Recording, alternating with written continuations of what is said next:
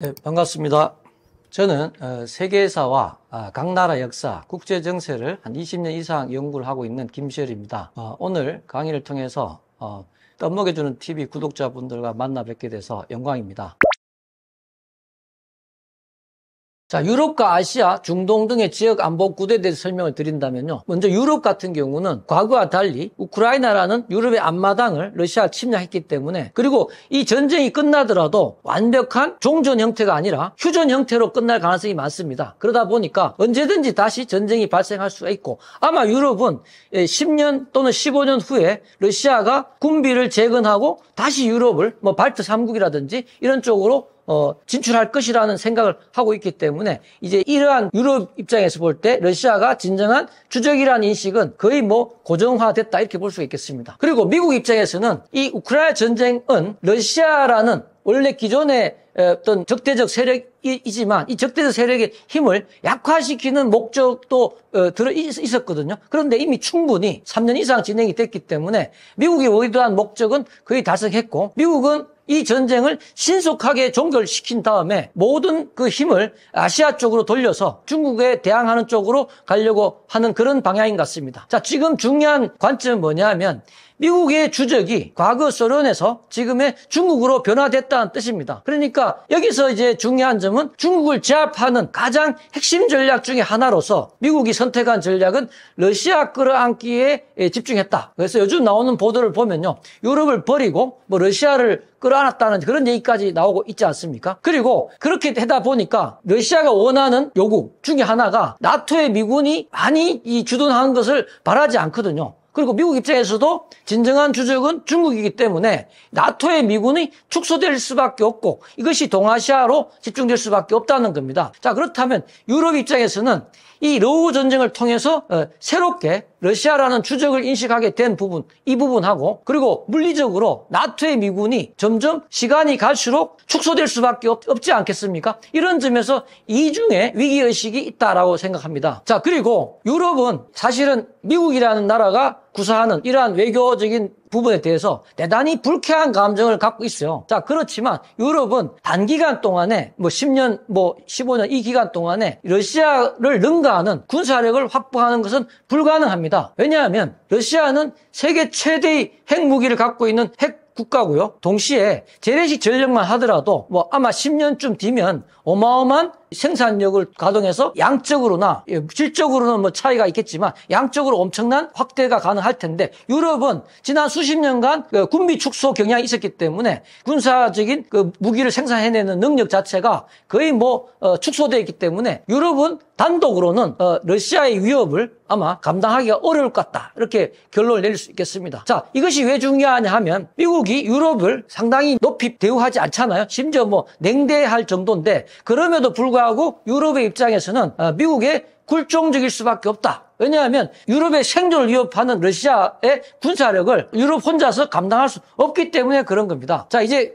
관점을 중동 쪽으로 좀 넓혀보겠습니다. 중동의 핵심 국가 중에 사우디아랍에미레이트, 이라크가 있습니다. 근데 이라크 같은 경우는 우리 한국으로부터 FA-50 전투기를 다량 수입한 나라이거든요. 그리고 최근에는 사우디아랍에미레이트가 천궁2 방공 시스템과 천무 다련장 로켓포를 한국으로부터 구매를 했습니다. 자, 이 얘기는 뭐냐면 이 사우디아랍에미레이트 입장에서 볼 때 가장 의미 있는 중요한 방어무기와 가장 중요한 공공무기를 한국에서 구입했다는 뜻이에요. 그리고 남아시아 같은 경우는 인도와 중국이 국경 분쟁이 벌어지고 있거든요. 대단히 위협적입니다. 그래서 인도는 이 중국 접경 지역에 배치하기 위해서 한국으로부터 K9 자주포 무려 300문 이상 구매했습니다. 앞으로도 더 늘어날 것 같거든요. 그리고 동남아시아 같은 경우는 태국, 말레이시아, 필리핀이 한국으로부터 지속적으로 무기를 구매하고 있습니다. 그런데 최근에 베트남이 여기에 합류를 했죠. 2024년에 베트남의 수원프 국가 원수가 한국을 방문했거든요.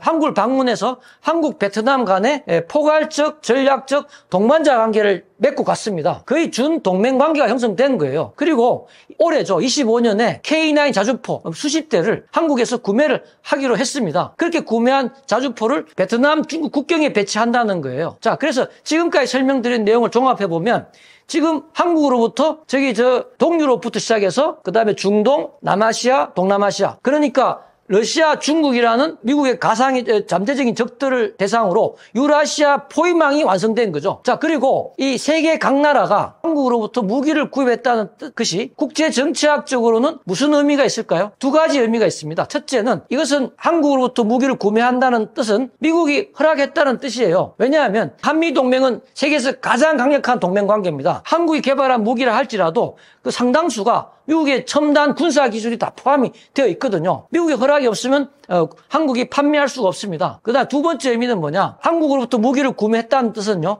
거의 구매 국가는 한국과 거의 군사 동맹 관계가 형성된 거라고 볼 수 있거든요. 그렇다면 한국하고 동맹관계 형성됐다면 한미 동맹까지 고려한다면 결국 한국 무기를 구입한 국가들은 미국 편에 줄을 선 것이다. 이렇게 볼 수 있습니다. 그러니까 유라시아 포위망을 구성하는 거의 모든 접경 국가들 거의 대부분이 한국으로부터 무기를 삼으로써 실제 이 신냉전, 그러니까 중국을 포위하는, 중국 봉쇄를 하는 그런 라인이 형성되어 가고 있다. 이렇게 볼 수가 있겠습니다.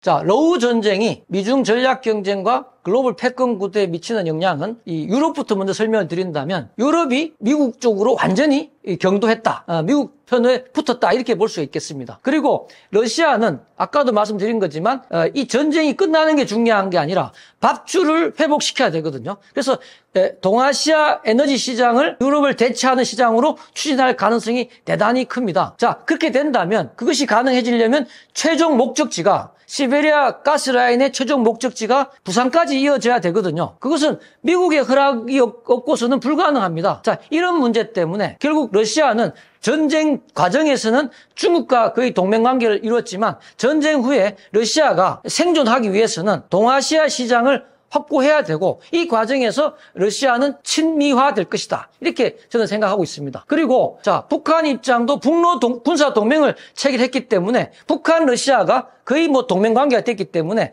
러시아가 친미화된다면 북한도 친미화될 수밖에 없다. 저는 그런 관점으로 보고 있습니다. 자, 그러니까 아까 말씀드린 대로 미국, 대한민국, 러시아, 북한으로 이어지는 중국 봉쇄하는 그런 라인이 됨으로써 과거 미소냉전에서 소련을 봉쇄함으로써 냉전이 본격화된 것처럼 이 중국 봉쇄가 완성이 된다면 신냉전이 본격화가 될 수밖에 없다. 자, 그렇다면 중국은 지금 이러한 그 포위 압박을 극복하기 위해서는 주로 글로벌 사우스라는 국가들과 제휴를 추진하고 있죠. 과거에는 브릭스라는 말도 했습니다. 브라질, 러시아, 인도, 차이나, 남아프리카 공화국 이런 나라들인데 이런 나라들과 제휴를 추진하려고 시도를 하겠죠. 그러나 그것이 쉽지 않을 겁니다. 왜냐하면 최근 관세 전쟁이 이제 시작이 됐는데 관세 전쟁에서는 지금 상호 관세 대상 국가들한테는 개별 협상을 하고 있거든요. 미국과. 그렇다면 개발 협상에서 가장 중요한 논점이 그 개별 국가들이 중국과의 무역을 차단한다면 관세를 훨씬 더 유리하게 해주겠다는 그런 제안을 미국이 하고 있거든요. 그렇다 보니까 중국이 사실은 이 관세 전쟁을 통해서 세계 거의 모든 나라와도 좋은 관계가 맺기 어렵다고 저는 생각합니다. 자, 이 러우 전쟁이 벌써 3년 동안 진행이 됐고, 또 더 길어질 수도 있는데, 벌써 이 장기적인 전쟁을 통해서 가장 첫 번째로 알 수 있는 부분은 러시아가 군사적으로 대단히 약화된 거예요. 대부분의 재래식 무기가 소진되어 버렸거든요. 그리고 러시아가 에너지 측면에서 이제 유럽 시장을 잃어버렸기 때문에 이 부분도 굉장히 큰 타격이 벌써 발생한 겁니다. 그리고 이 부분을 대체하는 시장이 바로 인도와 중국이 거의 절반 이하 가격으로 구매를 해주는데 그렇다면 벌써 굉장한 손해를 볼 수밖에 없거든요. 특히 유럽 같은 경우는 이제 휴전 단계가 된다고 하게 되면 아마 미국은 러시아에 대한 제재를 해제할지 몰라도 유럽은 해제를 지속할 가능성이 있기 때문에 러시아의 국력은 경제력은 점점점 약화될 것이다. 그래서 종합적으로 봤을 때 러시아의 국력은 전성기 때 비교해서 50% 수준으로 떨어졌다라고 보시면 되겠습니다. 그리고 이 전쟁의 장기화로 가장 크게 일어난 변화는 가장 큰 타격을 받은 지역은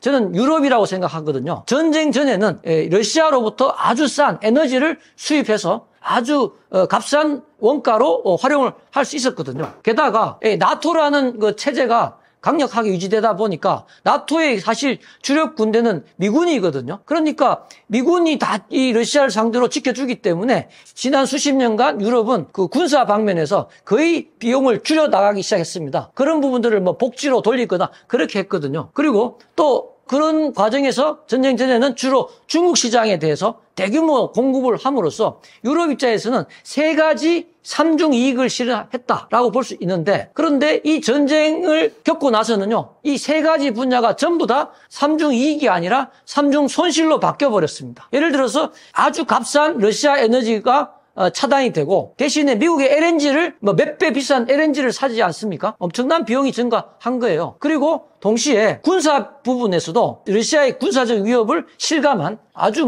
멘붕에 빠진 유럽 국가들은 독일이 70년 만에 재무장을 한다든지 폴란드 같은 경우는 원래 사용하는 국방비의 두세 배를 늘리기까지 하면서 한국으로부터 대규모 무기를 사들였거든요. 그러면서 군사비 지출이 점점점 커질 수밖에 없습니다. 게다가 그 진정한 주적인 러시아를 강력하게 지지하는 중국이라는 실체를 또 인식했기 때문에 이 중국에 대해서도 디리스킹, 디커플링이라는 과정을 통해서 유럽과의 관계가 점점 약화될 수밖에 없다. 자, 이런 것 때문에 삼중 이익이 삼중 손실로 바뀜으로써 유럽은 장기 침체로 갈 수밖에 없다는 게 결론입니다. 물론 게다가 원래 유럽은요, 첨단 기술 방면에서는 약세를 면치 못했거든요. 자, 그러다 보니까 아까 방금 말씀드린 이 삼중 손실에다가 첨단 기술 약세가 더해짐으로써 유럽은 세계 경제에 차지하는 비중이 지속적으로 축소될 수밖에 없다. 지금 현재도 미국 GDP의 3분의 2 수준밖에 안 됩니다. 과거에는 오히려 유럽 전체가 미국보다 더 큰 경제 규모였는데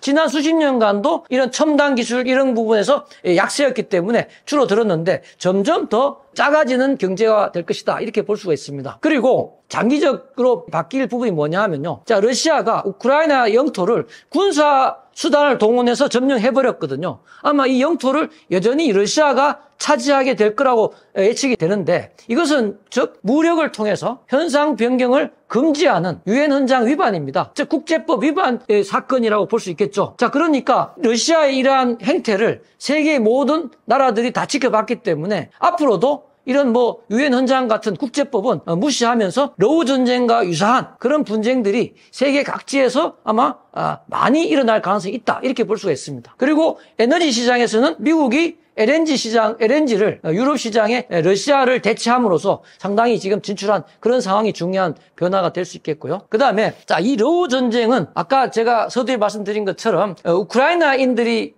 싸우기도 하지만 사실은 이 전쟁을 모두 플랜을 짜고 작전을 지휘하고 첨단 정보들을 끌어들여서 구체적인 결과를 만들어내는 것은 미군이 개입했기 때문에 가능한 것이다. 자, 러우 전쟁도 그렇고 이스라엘과 하마스 간의 중동 전쟁도 마찬가지였습니다. 즉, 이 세계에서 벌어지는 대부분의 전쟁들은 미국 군사력이 주체가 돼서 움직이는 대리전의 양상을 띄었다. 이것은 어떤 의미가 있냐면 미군이 이런 전쟁을 통해서 엄청난 경험을 축적하고 있거든요. 예를 들어서 러우 전쟁에서 AI 시스템이, 미국이 자랑하는 AI 시스템이 어마어마한 시행착오를 겪었다고 합니다. 전쟁 전과 지금의 어떤 AI를 통한 전쟁 수행 능력은 엄청난 차이가 있다는 게 보고가 되고 있습니다. 그리고 미국이란 나라는요, 우크라이나에 군사 지원을 많이 했지만 우리가 볼 때는 이것이 공짜라고 생각했을 수도 있는데, 이번에 보십시오. 우크라이나 자원 개발에 미국이 참여해서 절반을 가져간다고 하지 않겠습니까? 자, 과거에도 그랬어요. 미국이 2차 대전 때 이 소련과 유럽을 도와서 독일과 전쟁을 했는데, 소련이 독일과 전쟁에서 지지 않았던 이유는, 가장 큰 이유는 미군의 무기를 지원받았기 때문인데요. 이 소련이 이 미국으로부터 지원받은 군사 무기에 대한 비용을 갚아 나갔다고 합니다. 언제까지 갚아 나갔을까요? 2차 대전 때 사용한 그 무기의 대가를 2006년 때까지 갚아 나갔다는 겁니다. 러시아가. 그 정도로 미국이라는 나라가 보통 나라가 아니죠. 그리고 중동에서도 미군의 첨단 군사력 지원을 받고 있는 이스라엘이 이란을 압도하지 않았습니까? 이란이 수백 개의 탄도미사일을 이스라엘로 쏘았지만 거의 100%, 거의 가까이 다 격추돼 버렸어요. 그래서 이란이 이스라엘을 위협할 수 있는 수단은 하나도 남아있지 않는 그런 상태에서 이스라엘이 100대 전투의 전투기를 보내서 이란이 가장 중요한 첨단 방공 요격 시스템을 다 격파해 버렸어요. 그래서 지금은 중동 전체에서는 서방의 군사 기술을 확보하고 있는 이스라엘이 중동의 사실상 패권자 같은 위치다, 그렇게 도달했다라고 저는 생각합니다.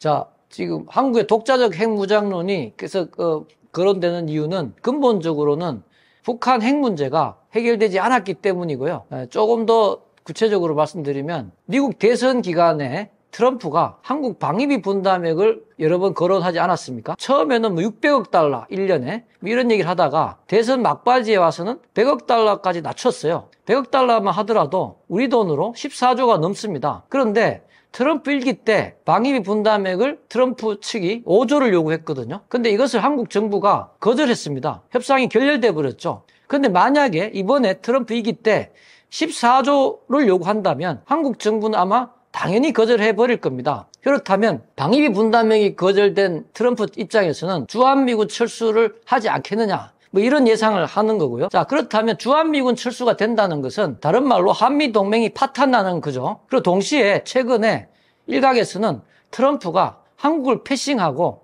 북한과 직접 협상을 할 것이다. 그래서 미국이 두려워하는 대륙간 탄도탄 ICBM은 폐기하는 조건으로 나머지 핵은 동결하는 수준으로 아마 북미 간에 협상이 되지 않을 것인가, 이런 예측이 많이 있거든요. 자, 그렇다면 만약에 최악의 경우에 주한미군 철수가 되고 북한 핵 동결이 된다는 그런 일이 벌어진다면 한국 핵무장을 할 수밖에 없지 않느냐라는 얘기가 나오고 있는 거죠.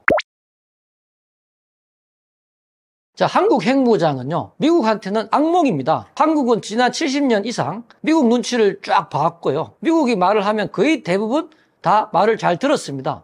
그렇다면 한국이 이렇게 말을 잘 들을 수밖에 없는 한 가지 이유가 있다면 뭘까요? 그건 제 생각에는 한국이 핵무기가 없었기 때문입니다. 사실은 한국 핵무장에 대해서 미국이 절대로 받아들일 수 없다는 말씀을 전해드리고 싶은데요. 그걸 이해하시려면 미국에 대한 관점을 정확히 이해하실 필요가 있습니다. 자, 그래서 바이든 정권 때 국무부 부장관이었던 커트 캠벨이라는 아주 대단한 인물이 있는데요. 이 사람이 한미 관계를 한 문장으로 설명합니다. 한미 관계는 안보와 기술 면에서 점점 더 깊은 관계로 나아가고 있다, 이렇게 설명하거든요. 자, 이것을 좀 보충 설명드리겠습니다. 자, 안보 측면에서 깊은 관계로 간다는 뜻은 뭐냐? 자, 한미는 과거 70년 동안 지금까지 상호 방위 동맹 조약을 체결한 동맹국입니다. 이것이 기본 베이스 라인이고요.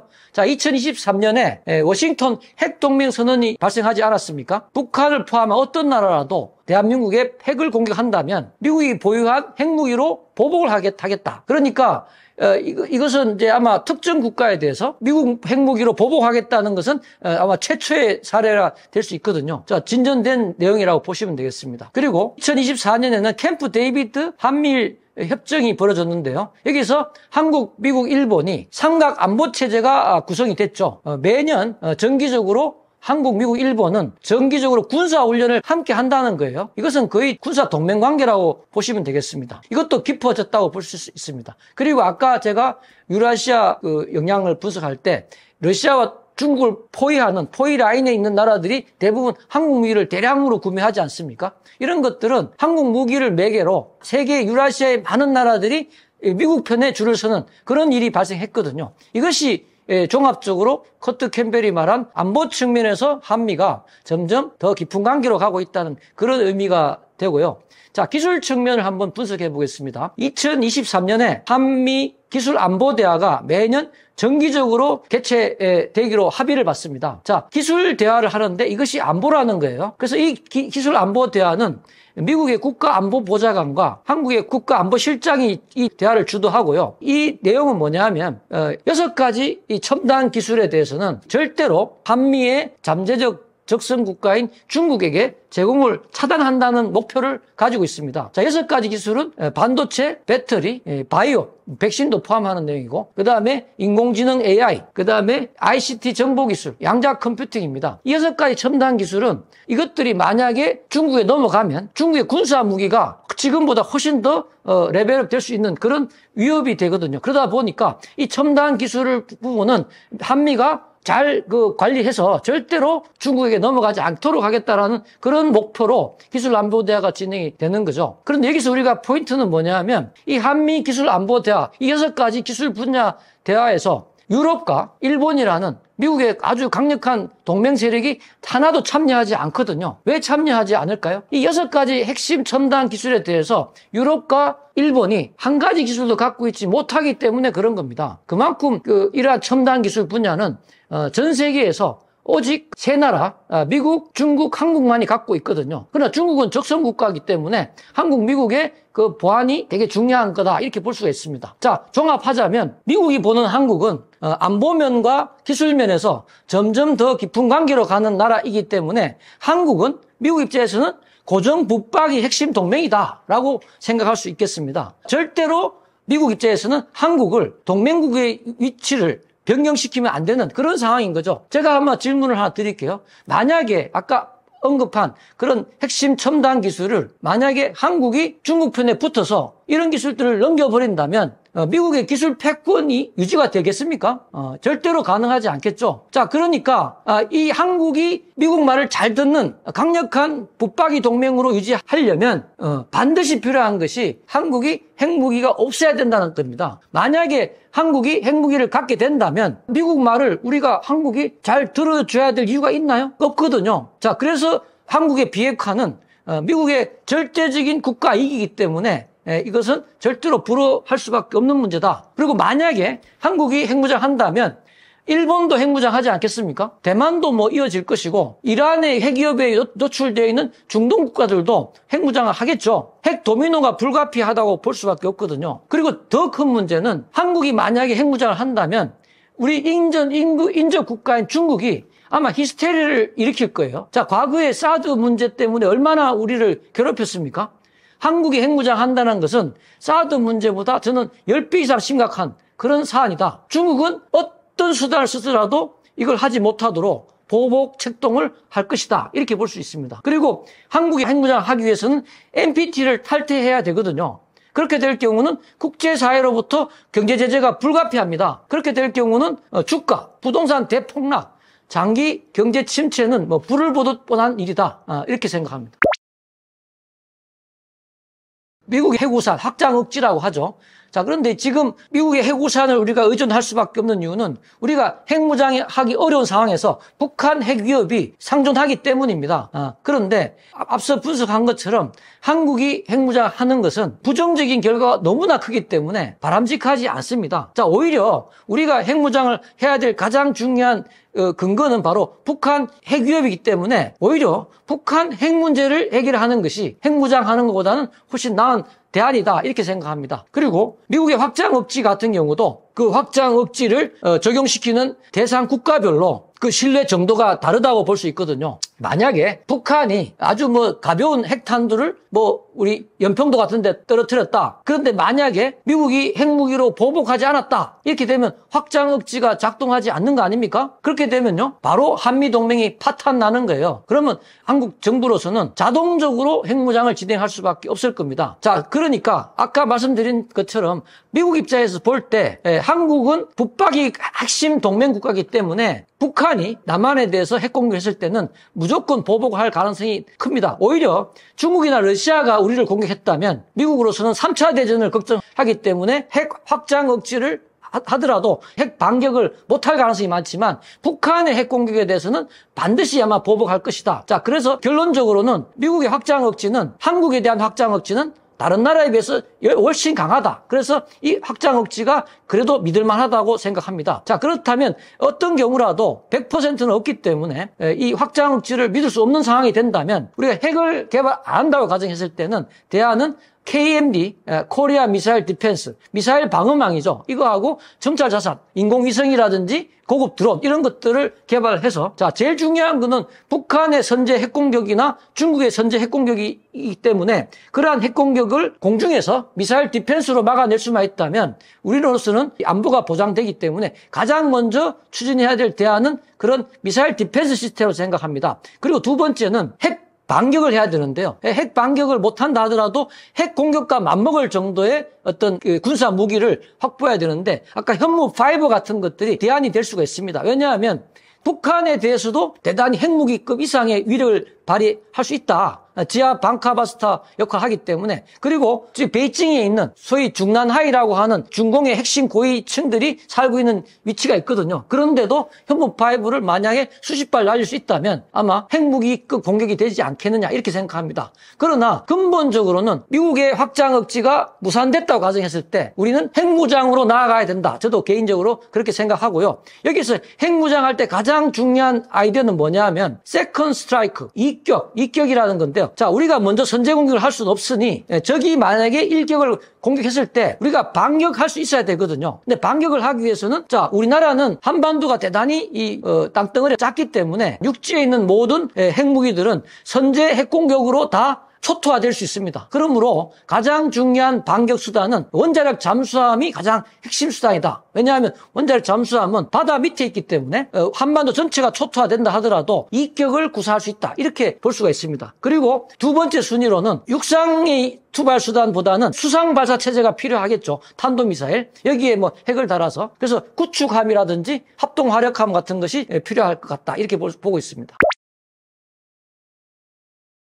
자, 이제 우리가 핵무장을 하는 것은 한미동맹이 파탄 났을 때 우리가 핵무장을 해야 된다고 볼 수 있는데, 그러면 한미동맹이 파탄 여부를 확인할 수 있는 그 척도, 바로메타가 뭘까요? 저는 종이 쪼가리에 문서를 믿을 수는 없고요. 가장 중요한 것은 우리 대한민국 내에 상당한 수준의 주한미군이 계속적으로 주둔하는가가 가장 중요하다. 그래서 이 주한미군이 바로 바로메타다. 이렇게 볼 수 있습니다. 그래서 만약에 이 주한미군이 거의 다 철수해버렸다.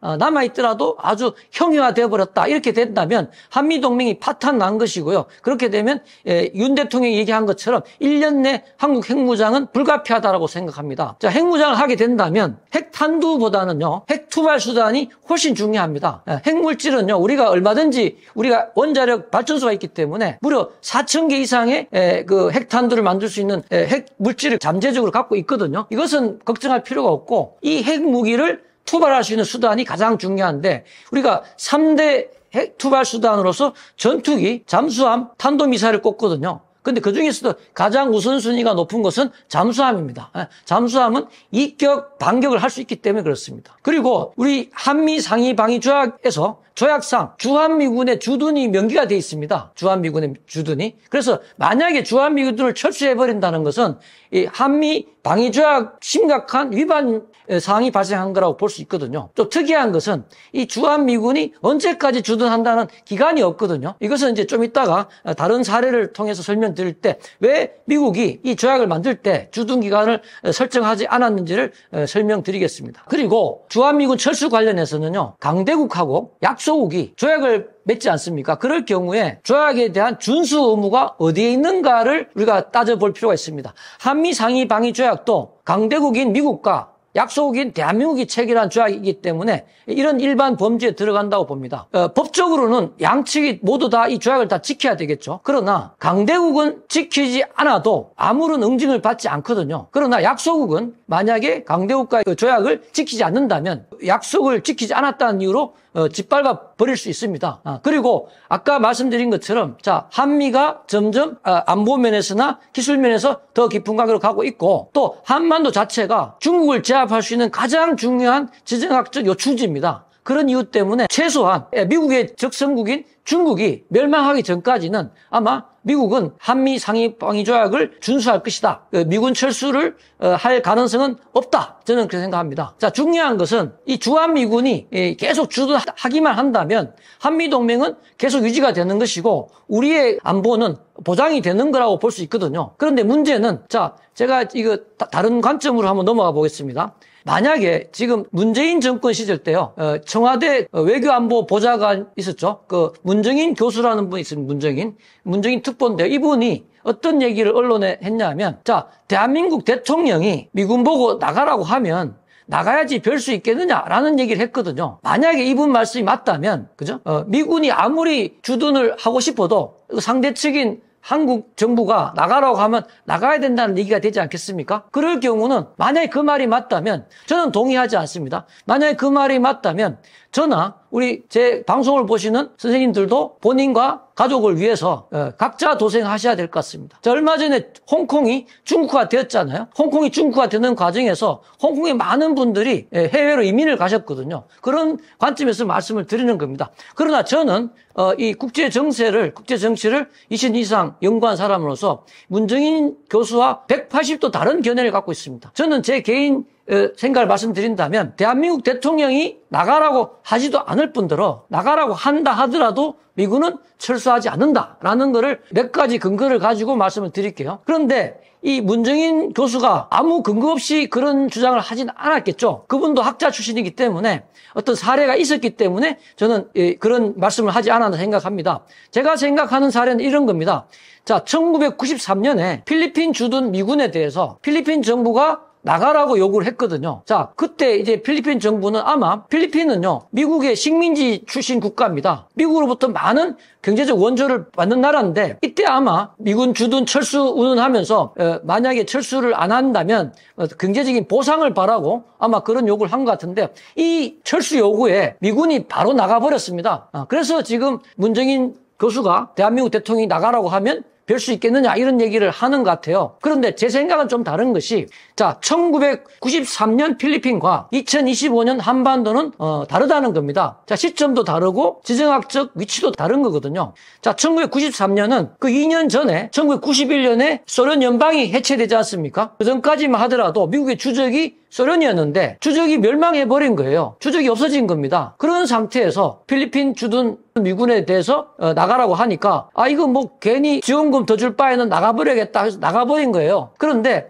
미국의 주적이 2010년대 이후에 중국이 부상이 되면서 2016년에 필리핀과 중국 사이가 관계가 악화됐거든요. 그때 이제 필리핀 정부가 미군에게 다시 주둔해 주시면 안 되겠냐 이렇게 요청을 했습니다. 그때 이제 바로 미군이 다시 들어가거든요. 지금은 필리핀 전체에 미군 기지가 무려 9개가 있습니다. 아마 지금은요 필리핀이 나가라고 한들 나가지 않을 겁니다. 왜냐하면 지금은 주적인 중국을 상대하기 위해서는 필리핀은 절대적인 군사 요충지이기 때문에 그렇습니다. 그리고 필리핀이라는 섬나라하고 한반도라는 이 대륙의 반도는 지정학적으로 군사적으로 대단히 차이가 있거든요. 자, 예를 들어 볼게요. 미국이 중국을 군사적으로 제압하고 항복을 받기 위해서는 미국 육군이 중국 수도인 베이징을 정복해야 됩니다. 그런데 만약에 가정을 해볼게요.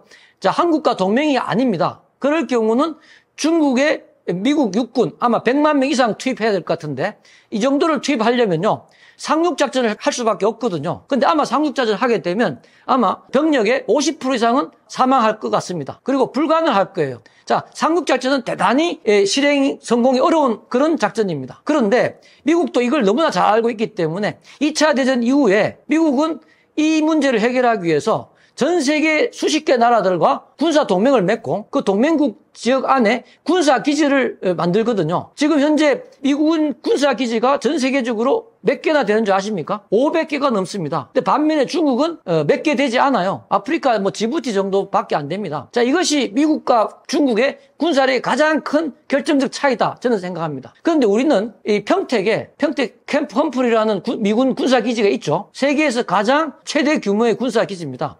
그런데 이 기지가 있기 때문에 미국이 중국 베이징을 정복하기 위해서 미 육군을 투사할 때 상륙작전을 하지 않고 대신 평택항에 상륙을 하면 되거든요. 자, 그렇게 되면 상륙작전 없이 저항 없이 육상으로 베이징을 공격할 수가 있습니다. 그러니까 이러한 이유 때문에 전 세계에서 가장 중요한 미국 군사기지는 평택 캠프 험프리라고 할 수 있고요. 이것 때문이라도 가장 중요한 동맹국의 위치를 차지하고 있다. 자, 그러니까 1993년 필리핀과 2025년 한반도는 많이 다르기 때문에 지금 필리핀 사례만 가지고 나가라고 해서 나가는 게 아니라는 걸 말씀드리고요. 미국의 입장을 정확하게 이해시킬 수 있는 그런 사례를 두 가지 말씀드릴게요. 자, 우리가 미국이라는 나라 자체가 이 19세기 동안 아메리카 패권국의 위치를 차지하려고 무진장 노력한 나라입니다. 1823년에 미국의 5대 대통령 몰로가 소위 몰로 독트린이라는 걸 발표하거든요. 이것은 뭐냐면 자, 유럽은 아메리카에 개입하지 마라. 우리 미국도 유럽에 개입하지 않겠다. 이렇게 얘기하거든요. 그래서 중남미에는 이 스페인, 포르투갈에 수십 개 식민지가 있었는데 이 이후에 수십 개의 나라가 중남미 국가들이 독립해버립니다. 그런데 마지막으로 쿠바가 1898년에 독립을 시도하는데 이 쿠바는 너무나 중요한 식민지라고 생각한 스페인이 이 반란을 진압하러 들어오거든요. 그런데 이때 이제 이 미국이 이 아메리카에 개입하는 스페인에 반발해서 미국 스페인 전쟁이 발생합니다. 자, 우리 방송을 들으시는 선생님들이 아마 수년 전에 미스터 선샤인이라는 드라마를 보셨을 거예요. 여기에 보면 주인공 유진초이가 1회 장면에 전투하는 장면이 나오거든요. 그 전투 장면이 바로 미국 스페인 전쟁 때의 그 전투였습니다. 자, 그런데 이 미국 스페인 전쟁에서 미국이 승리하게 되는 거거든요. 그러면서 이제 미국은 필리핀이 스페인 식민지였고 태평양의 괌이 식민지였기 때문에 전쟁의 전리품으로서 이 두 곳을 할양받습니다. 그리고 물론 필리핀은 나중에 독립해버리는데요. 지금도 괌은 미국 땅 아니겠습니까? 그리고 쿠바를 시켜주는데 성공하게 되죠. 그러다 보니까 쿠바한테 아주 중요한 혜택을 보게 되는데, 자, 지도를 보시면 쿠바 섬의 그 동남쪽에 관타나모라는 지역이 있어요. 여기에 미군 해군기지가 있습니다. 이 해군기지 부지를 할양받습니다. 할양받는 게 아니라 임대차로 제공을 받게 되거든요. 소위 그 기지 부지 임대차 계약이 설정이 되는 거죠. 미국 정부와 쿠바 정부가. 그런데 여기에는 이제 매년 임대료로 $4,000를 주게 돼 있어요. 자, 그런데 지금도 이 임대차 계약이 유지가 되고 있거든요. 지금도 매년 $4,000를 미국 정부가 지급을 합니다. 자, 그런데 우리가 잘 아시는 것처럼 쿠바가 미국의 동맹국이 아니었거든요. 1962년 쿠바 미사일 위기 사태 아마 아실 겁니다. 이때 소련과 동맹을 맺은 나라가 쿠바였어요. 자, 쿠바로서는 거의 준적성국인 미국이 100수십 년간 자기 땅에 군사기지를 유치하고 있잖아요. 그 임대기간 없이 유치했습니다. 그러니까 나가라고 하지 않았겠습니까? 수도 없이 나가라고 했을 거예요. 그러나 미국은 나가지 않았습니다. 왜? 임대차 계약이 있으니까요. 이 계약을 계속 지켰다는 겁니다. 그리고 또 한 가지 사례를 말씀드린다면 몇 년 전에 트럼프 일기 때 사건인데요. 그 이라크에 이란의 혁명수비대 최고사령관 솔레이마니 장군이 이라크 공항에 도착하거든요. 그런데 이 트럼프 명령에 의해서 미국의 공중 드론이 그 솔레이마니 장군이 탄 그 차량을 폭파해버립니다. 사망해버려요. 그런데 시아파 국가인 이라크와 시아파의 그 본산인 이란은요, 대단히 가까운 동맹국가예요.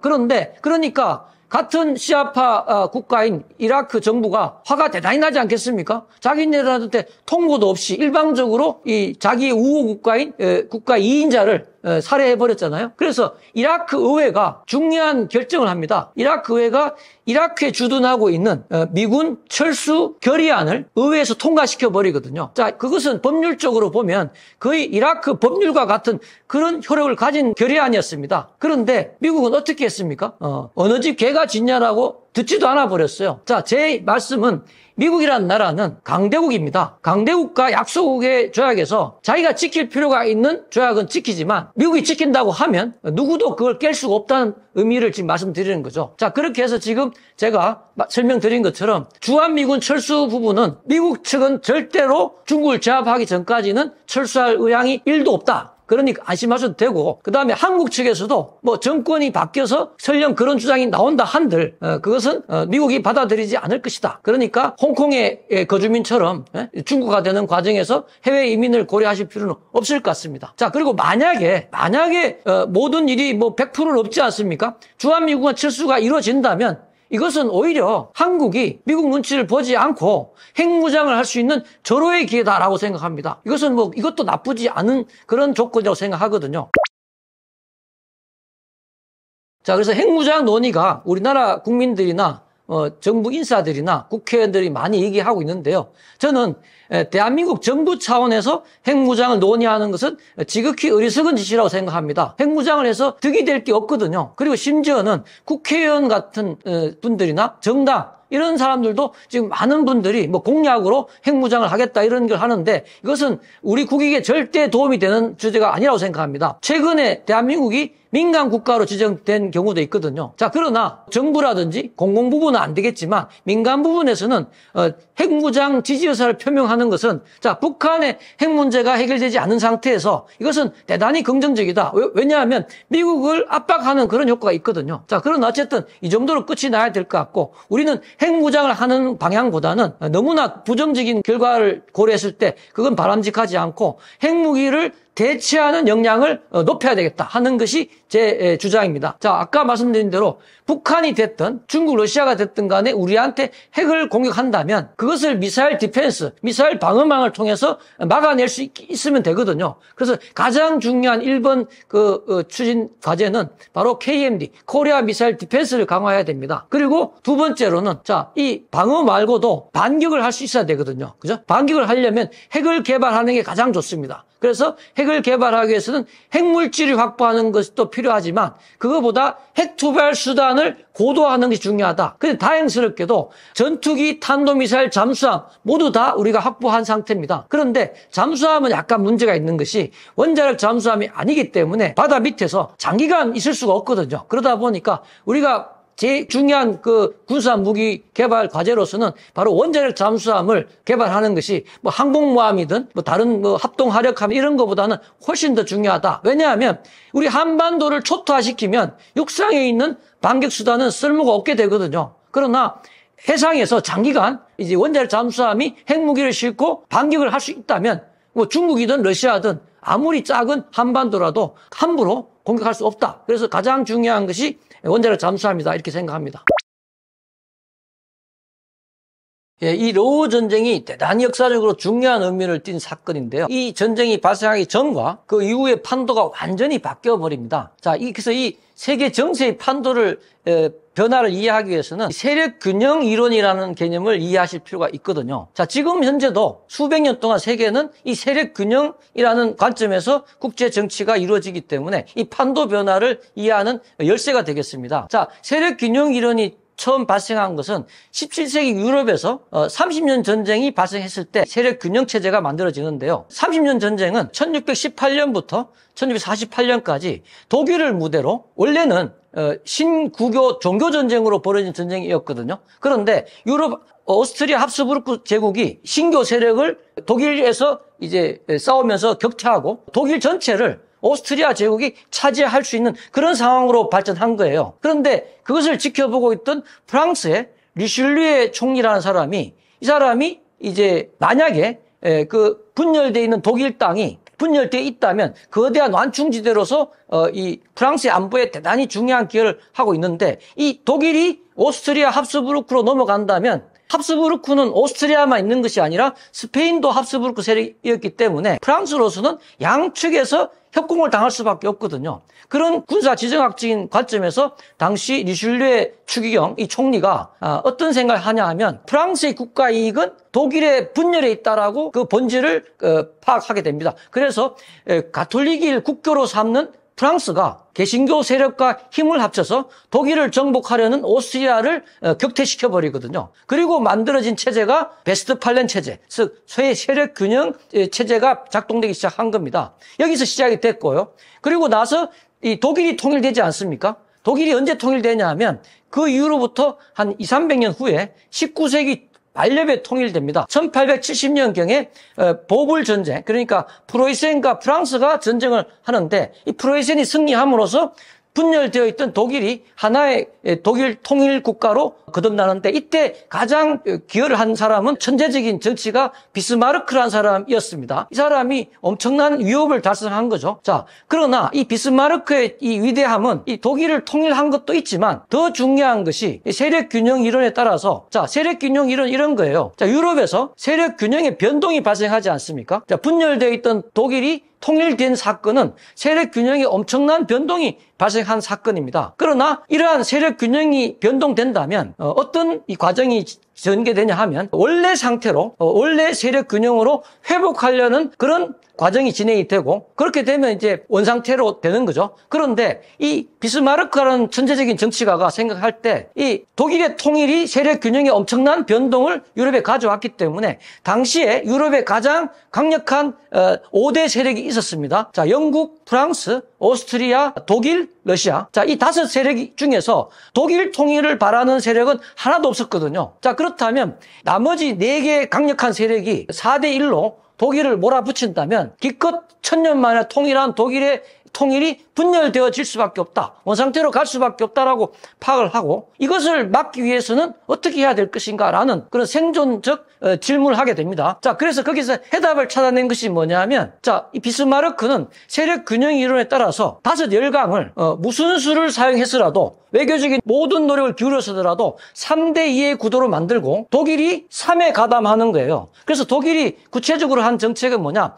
아마 세계사 시간에 나올 내용인데 3제 동맹, 황제가 다스리는 세 나라가 동맹을 맺거든요. 프로이센 독일과 오스트리아, 러시아, 황제가 다스리는 세 나라를 동맹을 맺어버립니다. 그럼 나머지 세력은 영국, 프랑스가 남지 않겠습니까? 그러니까 러시아, 오스트리아, 독일이 한 팀이고 영국, 프랑스가 한 팀이니까 3대2가 구도가 되다 보니까 이 독일 통일이라는 엄청난 세력 균형의 변동이 기정사실로 굳어질 수 있었던 거예요. 이게 이제 천재적인 그 비스마르크의 동맹, 백색 동맹 전략이라고 불리는 그런 내용입니다. 그리고 이 내용이 미소 냉전 똑같은 방식으로 재현됩니다. 왜냐하면 당시에 그 미소 냉전에서는 미국과 대항하는 세력이 소련과 중공이었거든요. 그런데 아까 헨리 키신저라는 사람이 닉슨과 함께 구도를 바꿔버리지 않습니까? 자, 중소 분열을 틈타서 이 닉슨이 뭐 핑퐁 외교라든지 이런 유화책을 사용해서 소련 품에 있는 중공을 떼어내서 끌어안아 버립니다. 그렇게 되니까 원래 1대2로 진행되는 미소 냉전이 오히려 2대1로 바뀌어버렸어요. 그래서 그 결과가 1991년 소련 연방의 해체로 미국의 승리로 귀결된 거죠. 자, 지금 러우 전쟁도 이런 관점에서 들여다봐야 됩니다.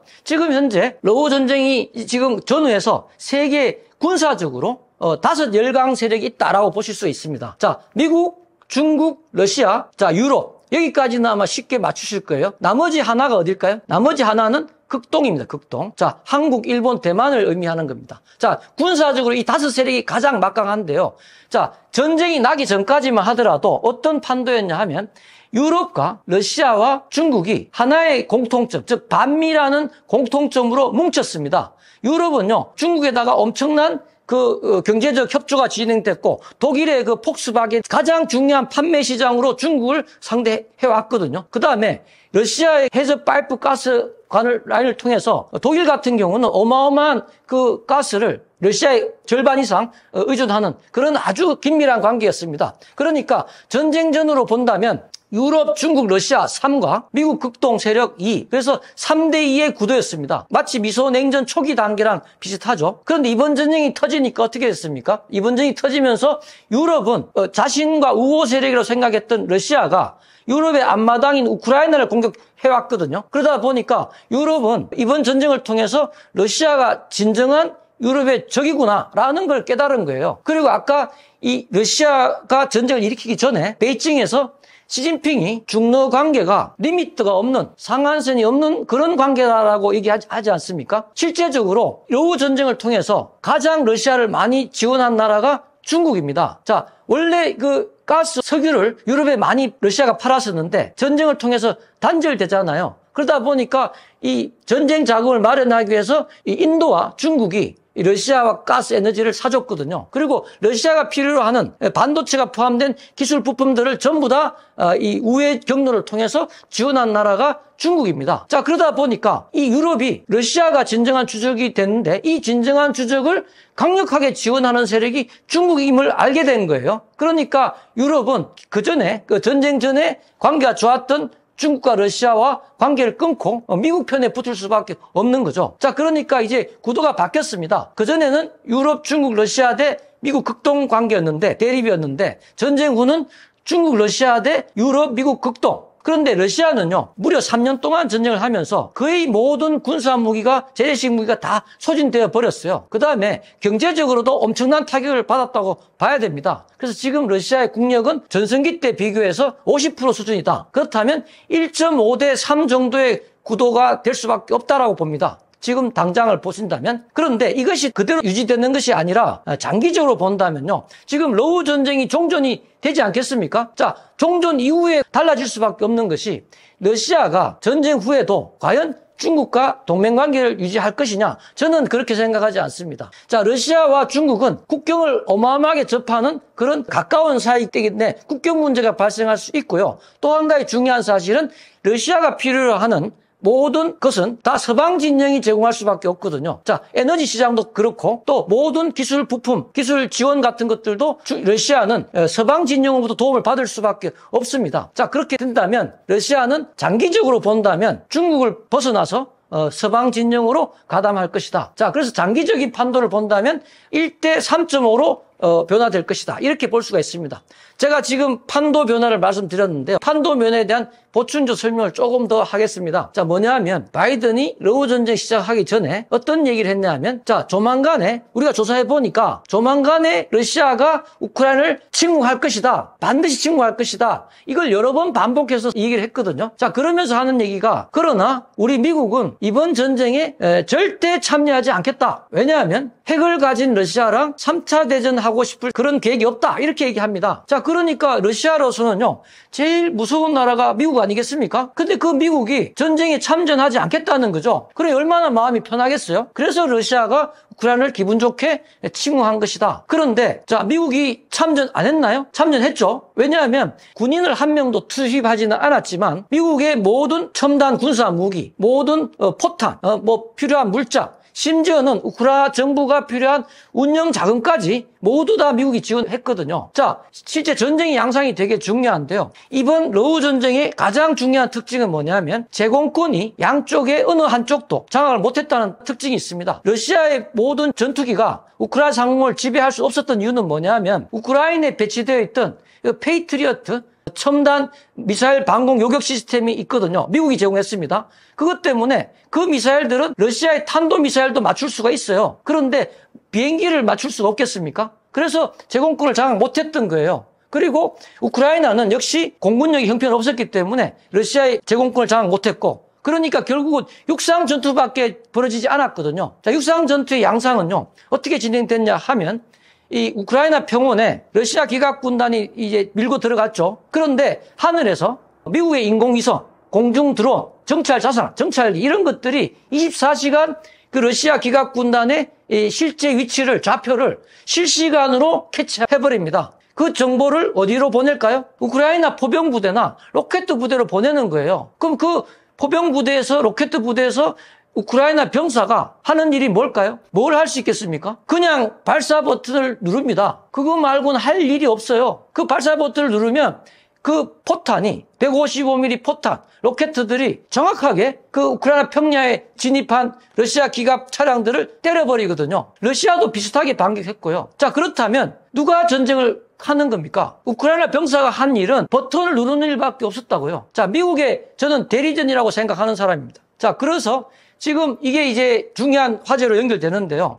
자, 그렇다면 바이든이 이 전쟁에 절대 참전 안 하겠다라고 얘기했다가 실제로는 말을 뒤집어 버렸잖아요. 그렇게 한 이유가 있을 겁니다. 자, 그렇다면 이 우크라이나 전쟁을 저는 개인적으로 바이든이 이 전쟁을 유도한 측면이 강하다라고 생각합니다. 과거 1950년 한국 전쟁 때도 마찬가지였거든요. 자, 한국 전쟁이 1950년 6월 25일 발발하지 않습니까? 그런데 이 전쟁 발발 5개월 전에 미국의 그 딘 애치슨 국무장관이 소위 그 유명한 애치슨 라인을 그어버려요. 알래스카, 알루샨 열도, 일본 열도, 필리핀 열도를 잇는 라인을 그어버립니다. 그러니까 미국은 한국 전쟁 발발 5개월 전에 이 애치선 라인 안쪽을 지키겠다고 얘기한 거예요. 전 세계에 선언한 겁니다. 이 애치선 라인 바깥에 두 곳이 중요한데요. 바로 한반도와 대만입니다. 자, 그렇다면 이 애치선 라인 선포의 의미는 뭐냐? 미국은 한반도와 대만을 방어하지 않겠다라고 얘기한 거죠. 자, 그런데 그 말을 들은 스탈린과 김일성이가 100% 신뢰하진 않았겠죠. 그러나 그 애치선 라인 선포를 듣고 아마 미군의 대규모 개입은 없을 거라고 생각했을 거예요. 그러니까 마음이 편해졌었고 그래서 북한군이 38선을 뚫고 내려온 거죠. 그런데 실제 어떤 일이 발생했습니까? 방어하지 않겠다고 한 미국이 어떻게 했나요? 자, 바로 유엔 안보리를 소집해서 16개 국가로 구성된 연합사령부를 결성을 하고 그 대장을 미군 장성이 하잖아요. 그리고 불과 몇 달 후에 인천 상륙작전을 진행해 버립니다. 그래서 많은 국제정치학자들은요, 이 한국전쟁의 발생 원인을 미국에 의한 남침 유도라고 하는 학자들이 상당히 많이 있습니다. 저도 물론 100% 여기에 동의하는 건 아니지만 제가 말씀드리고 싶은 것은 미국이라는 패권 국가는 자신의 국가 이익을 극대화하기 위해서 전쟁을 유발시키는 그런 일을 얼마든지 할 수 있는 나라다라는 것을 말씀드리고 싶은 겁니다. 바이든이 이 전쟁을 만약에 유도한 거라고 가정한다면 그 이유는 뭐냐면 제 생각은 미국이 가장 우려하고 걱정하는 일을 해결하는 차원에서 이렇게 진행한 것이다라고 생각합니다. 자, 미국이라는 패권 국가가 가장 국제정치학적으로 우려할 만한 일이 뭘까요? 저는 그것이 유럽과 러시아가 동맹을 맺는 거라고 생각합니다. 그런데 유럽의 중심 국가인 독일이 과거 메르켈이라는 독일 총리가 16년간 통치하면서 한 일이 뭐냐 하면요. 자, 러시아 발트해에 있는 러시아에서 해저 가스 파이프라인을 건설했거든요. 독일까지 이어지는. 노드 스트림 1, 2라는 겁니다. 그런데 바이든이 러우 전쟁 발발하기 전에 당시에 독일 총리 숄츠를 옆에 배석을 시켜놓고 바이든이 전 세계를 향해서 얘기한 게 있어요. 뭐냐면 자, 만약에 러시아가 침공한다면 미국이 나서서 노드 스트림 1, 2 라인을 끊어버리겠다라고 얘기를 합니다. 그 얘기를 듣고 있는 숄츠가 아무 소리를 못했어요. 근데 전쟁이 일어나니까 실제로 노드 스트림 1, 2가 폭파돼 버리거든요. 그런데 누가 폭파했는지는 명확하게 밝혀진 바가 없습니다. 그냥 추측만 할 뿐이에요. 자, 그러니까 제 견해를 말씀드리면 자, 이번 전쟁을 통해서 미국이 얻고 싶은 가장 목표는 뭐였냐? 유럽과 러시아가 에너지 측면에서 단절시키는 것을 목표했다고 생각합니다. 이렇게 된다면 가장 중요한 에너지 면에서 단절된다면 미국이 가장 우려하는 유럽과 러시아 동맹이 원천적으로 차단되지 않겠습니까? 그리고 러시아가 팔던 그 가스 시장을 미국이 대신 차지했거든요. 미국의 LNG가 유럽에 지금 공급이 되고 있고 이 LNG 시장에서 미국이 강자로 부상하고 있습니다. 자, 이번 전쟁이 이 에너지 식량 위기에 끼친 영향은 나누어 제가 설명을 드린다면 먼저 식량 문제부터 말씀드린다면 식량 공급은 러시아와 우크라이나가 대규모 곡물 생산 국가이기 때문에 전 세계에 미치는 영향이 대단히 큽니다. 그런데 이 두 나라가 최근 임시 휴전을 하는 과정에서 흑해에 대한 안전보장 협정이 지켜지고 있거든요. 그래서 이 두 나라가 식량 공급에 대해서 서로가 서로를 방해하는 일은 없기 때문에 식량 공급은 큰 문제가 없다고 일단 정리를 하겠습니다. 그리고 에너지 문제인데요. 에너지에서는 사실은 과거하고 달리 지금 중동에서 엄청난 분쟁이 발생하더라도 석유값이 그렇게 올라가지 않잖아요. 그것은 뭐냐면 미국이라는 나라가 2010년대부터 셰일 석유 가스가 새롭게 추가적으로 공급이 확대되고 있거든요. 그러다 보니까 전체적으로 에너지 위기는 일어나지 않고 있다. 그런데 문제는 이 국제 정치학적인 측면에서 미국이 유럽과 러시아의 에너지 제휴에 대해서 알레르기 반응을 보이고 있기 때문에 이번 전쟁이 러우 전쟁의 배경이 이러한 미국의 우려를 해결하는 성격이었다라고 볼 수 있을 것 같습니다. 자, 그런데 문제는 이 전쟁을 일어나기 전에는 유럽이 거의 러시아에 100% 에너지를 의존했었는데 유럽이 이번 전쟁을 통해서 자, 아까 노드 스트림 1, 2 라인이 끊어져 버렸잖아요. 물리적으로 연결이 되지 않습니다. 그리고 회복한다 하더라도 유럽은 과거의 러시아를 파트너로 생각했다가 유럽을 공격하는 진정한 주적으로 인식했기 때문에 자신을 위협하는 적을 이롭게 한다는 게 쉽지가 않거든요. 그렇다 보니까 유럽이 전쟁 끝난 후에는 러시아 에너지의 100% 다시 회복하는 건 불가능하고 회복이 된다 하더라도 제한적 수준밖에 이루어지지 않을 것이다 이렇게 봅니다. 자, 그런데 이거 관련해서 자, 지금 미국이 러우 전쟁 중재를 하는 과정에서 사우디아라비아에서 회의를 많이 했지 않습니까? 그 이후에 나온 얘기인데요. 언론에서 어떤 얘기가 나왔냐 하면 자, 노드 스트림 2 운영 회사의 지분을 미국이 인수하는 게 어떠냐 이런 얘기를 하고 있거든요. 야, 이건 무슨 뜻이냐면 원래 노드 스트림 1, 2가 각각 파이프라인 2개씩이 있었고 총 4가닥의 파이프라인이 있었는데 지난번 아까 폭파했다고 말씀드린 게 이 4가닥 중에서 3가닥이 폭파됐거든요. 한 가닥이 살아남아 있습니다. 이 한 가닥의 파이프라인이 노드 스트림 2에 속하는 파이프라인이거든요. 그렇다면 이 전후에 러시아가 다시 유럽에다가 가스를 공급할 수 있게 되는 거예요. 물론 물량의 4분의 1밖에 가능하진 않죠. 그런데 러시아로서는 지금 이 노드 스트림 1, 2를 끊어버린 주체가 바로 미국이라고 생각하지 않습니까? 그러다 보니까 미국이 반대하면 아무리 하나의 가닥이 살아남아 있다 하더라도 공급할 수가 없잖아요. 그러니까 이 라인에 대한 운영권을 아예 미국한테 넘겨버린다면 미국이 이 운영에 대한 수입을 얻을 수 있을 것이고 필요하다고 판단할 때는 가스라인을 잠궈버릴 수도 있겠죠. 뭐 이런 식으로 해서라도 어쨌든 러시아는 유럽 시장을 일부나마 제한적으로 회복하는 걸 기대하고 있는 것 같습니다. 하지만 이 내용이 미국에 의해서 받아들여졌는지는 아직 뭐 밝혀진 바 없기 때문에 이 추이를 지켜볼 필요가 있을 것 같습니다. 자, 그렇다면 러시아가 이제 처한 문제는 뭐냐면, 자, 러시아로서는 종전을 하느냐, 언제 하느냐가 중요하지 않아요. 자, 러시아가 지금 수십 년 동안 어떤 방법을 통해서 먹고 살았습니까? 주로 석유하고 가스를 유럽 시장에 판매하면서 그 수입을 얻은 그런 나라였거든요. 자, 그런데 지금 이번 전쟁을 통해서 유럽 시장이라는 그 에너지 시장이 끊겨버렸어요. 밥줄이 끊겨버린 겁니다. 자, 그러니까 러시아로서는 자, 종전이 중요한 게 아니죠.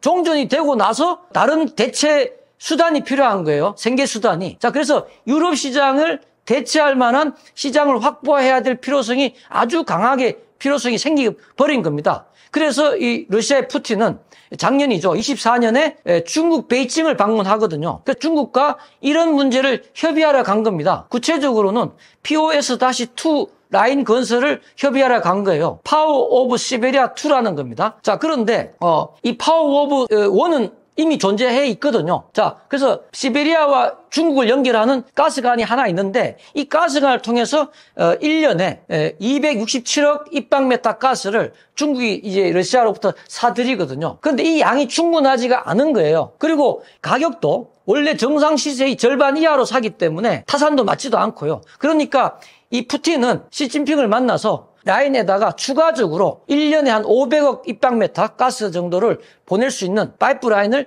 새롭게 건설하자. 그러니까 POS-2를 건설하자. 이렇게 얘기한 건데 만약에 이것이 추가된다면 중국 입장에서 생각해 본다면 자, 만약에 500억 입방메타 가스를 추가로 공급받는다면 중국이 필요로 하는 모든 가스 에너지는 100% 러시아에 의존할 수밖에 없거든요. 일종의 종속 관계가 형성될 수밖에 없습니다. 자, 시진핑으로서는 이걸 받아들이기 대단히 어려울 거예요. 자, 게다가 이 POS-2 파이프라인을 건설하는 비용이 천문학적으로 들어가지 않겠습니까? 자, 러시아는 돈이 없고요. 자, 그러나 시진핑 입장에서도 중국도 최근에 경제가 폭망 직전까지 와 있거든요. 그러니까 중국 입장에서도 이 비용을 부담할 수가 없는 거예요. 게다가 지금 현재 전쟁이라는 특수한 그 단계에 있기 때문에 정상 시세의 절반 이하로 사고 있는데 러시아로서는 거의 이렇게 계속 산다면 타산이 맞지 않기 때문에 정상 시세를 요구했습니다. 그런데 그것도 시진핑이 냉정히 거절해 버렸어요. 자, 그러니까 푸틴이 유럽 시장을 대체할 시장으로 중국 시장을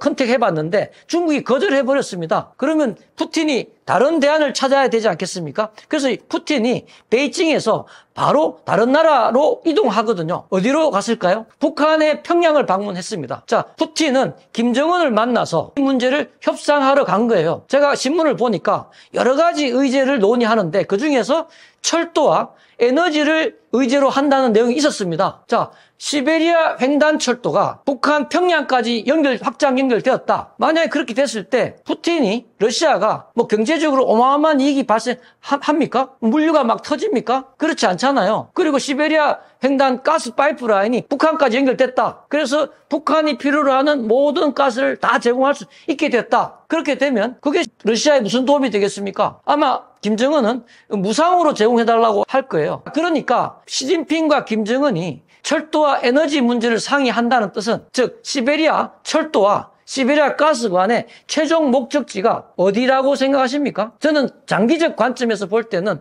저는 최종 목적지가 부산이라고 생각하거든요. 만약에 미국이 부산까지 이 시베리아 라인을 확장을 허락한다면 그리고 부산 근처에는 그 여천 석유화학 단지가 있습니다. 아마 그 부근에 거대한 가스 저장소가 생길 거예요. 그렇게 되면 어떤 일이 발생할까요? 자, 러시아산 아주 값싼 PNG죠. 파이프라인 내추럴 가스, 기체 상태의 가스를 아주 영가로 대한민국 정부가 살 겁니다. 그리고 일본도요. 안 사겠습니까? 되게 싼 가스를 살 수 있는데 게다가 동남아시아도 반드시 살 것 같고요. 심지어는 중국의 해안지방 도시들도 상당히 아마 구매를 할 거라고 생각합니다. 그러니까 부산까지 만약에 그 라인이 확장된다면 거대한 동아시아 시장이 에너지 시장이 만들어진다. 이것이 기존의 유럽 시장을 대체할 수 있다라고 생각하는 겁니다. 자, 그런데 이것은 미국의 허락이 없으면 가능하지 않는 문제거든요. 자, 미국이 생각할 때 러시아를 끌어안아서 미중 패권 전쟁에서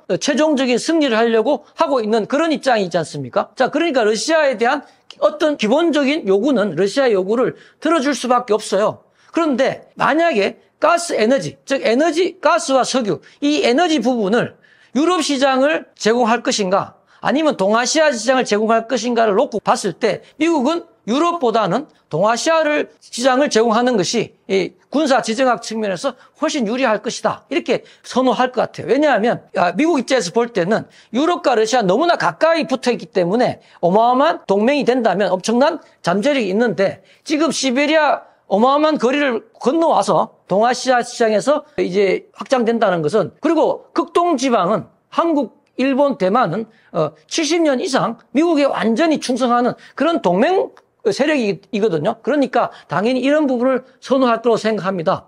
자, 이것과 관련해서 최근에 관련 뉴스를 하나 소개해드리면 트럼프가 알래스카 LNG 가스 파이프라인 사업에 한일이 참여하고 그리고 여기서 만들어지는 가스를 LNG를 장기적으로 구매하는 게 좋겠다라고 얘기하지 않습니까? 얘기했고요. 현재 한국의 실무팀하고 미국의 실무팀이 이 문제로 협상을 하고 있습니다. 자, 이것은 어떤 의미를 갖고 있냐 하면 만약에 가정인데요. 시베리아 가스관이 부산까지 확장이 되고 이것은 물론 수년 이상 시간이 걸릴 문제이죠. 그런데 이렇게 된다면 사실은 값싼 러시아산 에너지를 한국과 일본이 살 수밖에 없게 되거든요. 이걸 미국이 허락한 셈이 되고 그런데 막상 자신이 판매하고 싶은 알래스카 LNG는요. 한국, 일본한테 팔 방법이 없지 않습니까?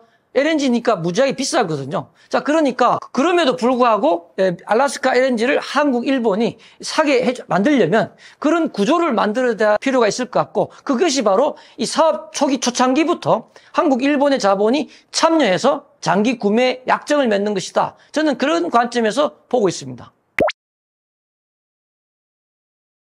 자, 최근 한 1년 전부터 북한이 심상치 않는 반응을 보이고 있거든요. 1년 전부터 북한은 우리를 과거와 다른 호칭으로 부르고 있습니다. 과거에는 우리를 남조선 또는 남조선 괴뢰 이렇게 불렀거든요. 그런데 1년 전부터 지금까지 북한은 우리를 대한민국이라고 부르고 있습니다. 그리고 모든 북한의 문서에서 통일이라는 단어를 완전히 빼버리거든요. 자, 이것을 어떻게 해석해야 될까요? 저는 북한이 대한민국을 적화 통일하지 않겠다는 의사표시를 한 거라고 생각합니다. 게다가 최근에 북한이 배신해서 북러 군사동맹을 체결하지 않습니까? 그리고 상당한 군사력을 1만 명 이상의 병력을 러우 전쟁에 투입하기까지 했거든요. 자, 그렇다면 이런 최근에 북한의 심각한 대전략 변화를 분석을 할 필요가 있겠습니다. 그런데 이런 것들이 어떤 이유 때문에 이런 일이 발생했는지를 분석하려면 제가 생각하기에는 북한이 과거 수십 년 동안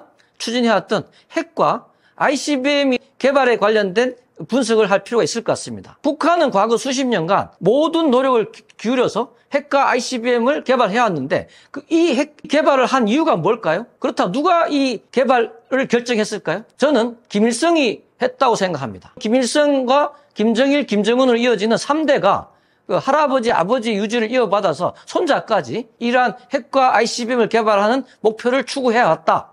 추구한 이유는 뭐냐면요. 70년 전에 발생한 한국전쟁을 분석할 필요가 있거든요. 한국전쟁은 어떤 특징이 있냐 하면 남한이 경험한 전쟁과 북한이 경험한 전쟁이 완전히 양상이 달랐다는 겁니다. 어떤 점에서 다르냐 하면 북한의 경우에는 미군 폭격기가 엄청난 폭탄을 쏟아 부었거든요. 그런데 반면에 남한에 대해서는 동맹국이니까 한 발의 폭탄도 떨어뜨리지 않았습니다. 자, 그렇다면 미군 폭격기가 쏟아부은 폭탄의 양이 얼마나 될까요? 놀라지 마십시오. 2차 대전 때 연합국이 사용했던 모든 폭탄의 양을 합친 것보다 더 많이 퍼부었습니다. 자, 끔찍한 일이 벌어진 거예요.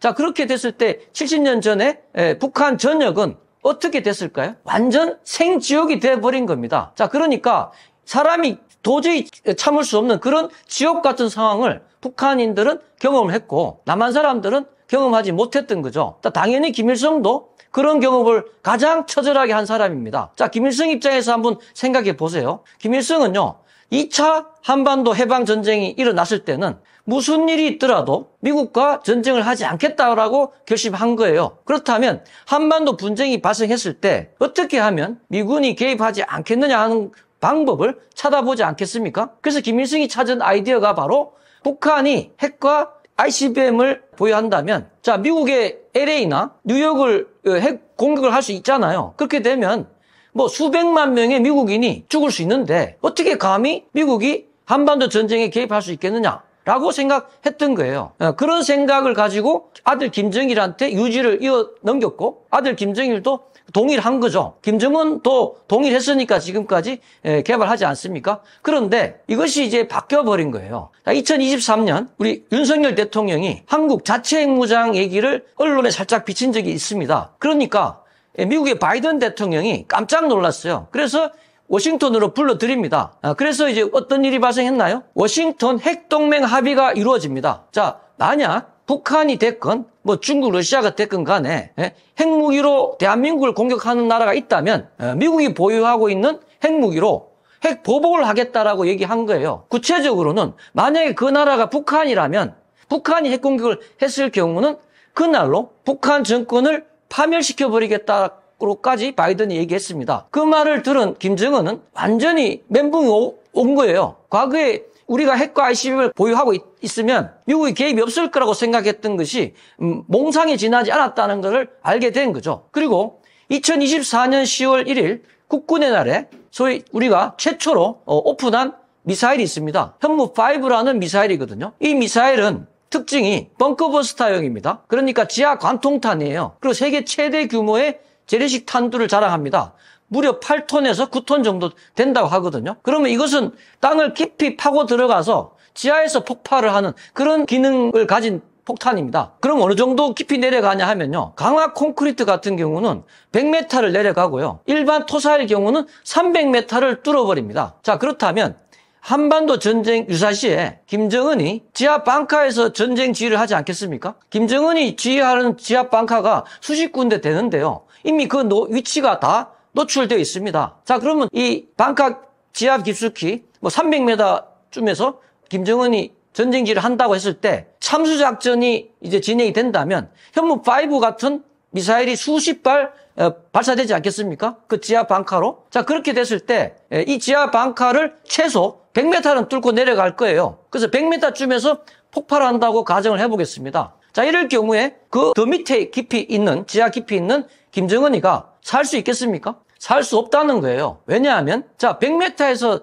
터진다 하더라도 지중해에서 폭발을 하기 때문에 지진이 발생하는 거죠. 지진이 발생했을 때 그 여파가, 충격파가 그 방카에 있는 공기 흡입구라든지 갱도라든지 이런 것들이 다 매몰돼 버리는 거죠. 그렇기 때문에 김정은은 죽을 수밖에 없다는 겁니다. 자, 그러면 김정은이 이 사실을 모를까요? 자, 자신의 문제이기 때문에 당연히 잘 안다고 볼 수가 있습니다. 자, 그렇다 보니까 자신이 이때까지 믿어왔던 그 신념체계가 무너지고 자신의 생존이 보장받지 못하겠다는 그런 입장이 되다 보니까 이제 이 북한이 대한민국이라고 부르고 그 다음에 통일하지 않겠다 그러고 심지어는 중국을 배신하고 러시아와 동맹까지 맺는 그런 일들이 벌어진 겁니다. 자, 그리고 또 하나 이제 시선을 좀 넓혀보겠습니다. 자, 중국의 시진핑 같은 경우는 중국의 국가 목표를 가장 중요한 국가 목표를 어디에 설정했을까요? 시진핑은 동의하시겠지만 대만 수복이 가장 중요하다라고 얘기해왔습니다. 미국의 군사 전문가들은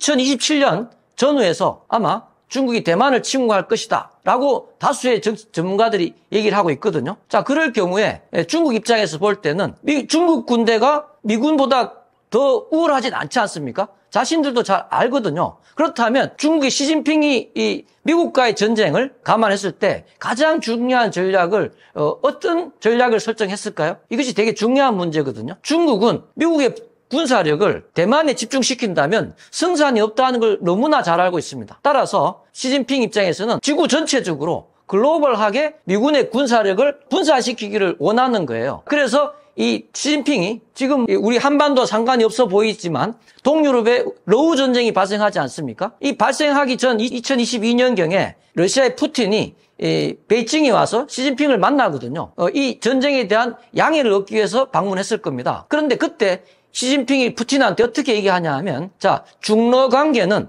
리미트가 없는 그런 관계다라고 얘기합니다. 자, 리미트가 없다. 즉 상한선이 없다는 거예요. 이것은 러시아가 만약에 우크라이나를 공격했을 때 중국이 전폭적인 지원을 해주겠다라는 얘기를 한 겁니다. 자, 이것은 어떻게 보면 미국의 군사력을 분산시키기 위해서 중국의 시진핑이 러우 전쟁을 사주를 했다라고까지 볼 수가 있는 장면입니다. 또 하나, 중동에서 하마스가 전쟁을 일으켰지 않습니까? 즉 가자 지구에 있는 하마스, 거의 준 테러 집단이죠. 이들이 이스라엘 국경선을 넘어서 도발했죠. 이 국경선 주변에 이스라엘 거주민 마을들을 습격해서 무려 1,000몇백 명을 학살하지 않았습니까? 그래서 이제 이스라엘은 하마스를 제거를 합니다. 그런데 하마스라는 집단은 단독 생존이 불가능하거든요. 하마스는 누가 지원을 해주는 나라가 될까요? 100% 이란이 지원해주는 그런 나라가 하마스입니다. 그러니까 이스라엘 입장으로서는 하마스가 공격을 했지만 그 배후에는 이란이 있다라고 생각할 수밖에 없거든요. 그런데 이란도 과거 수십 년간 핵 개발을 시도하다 보니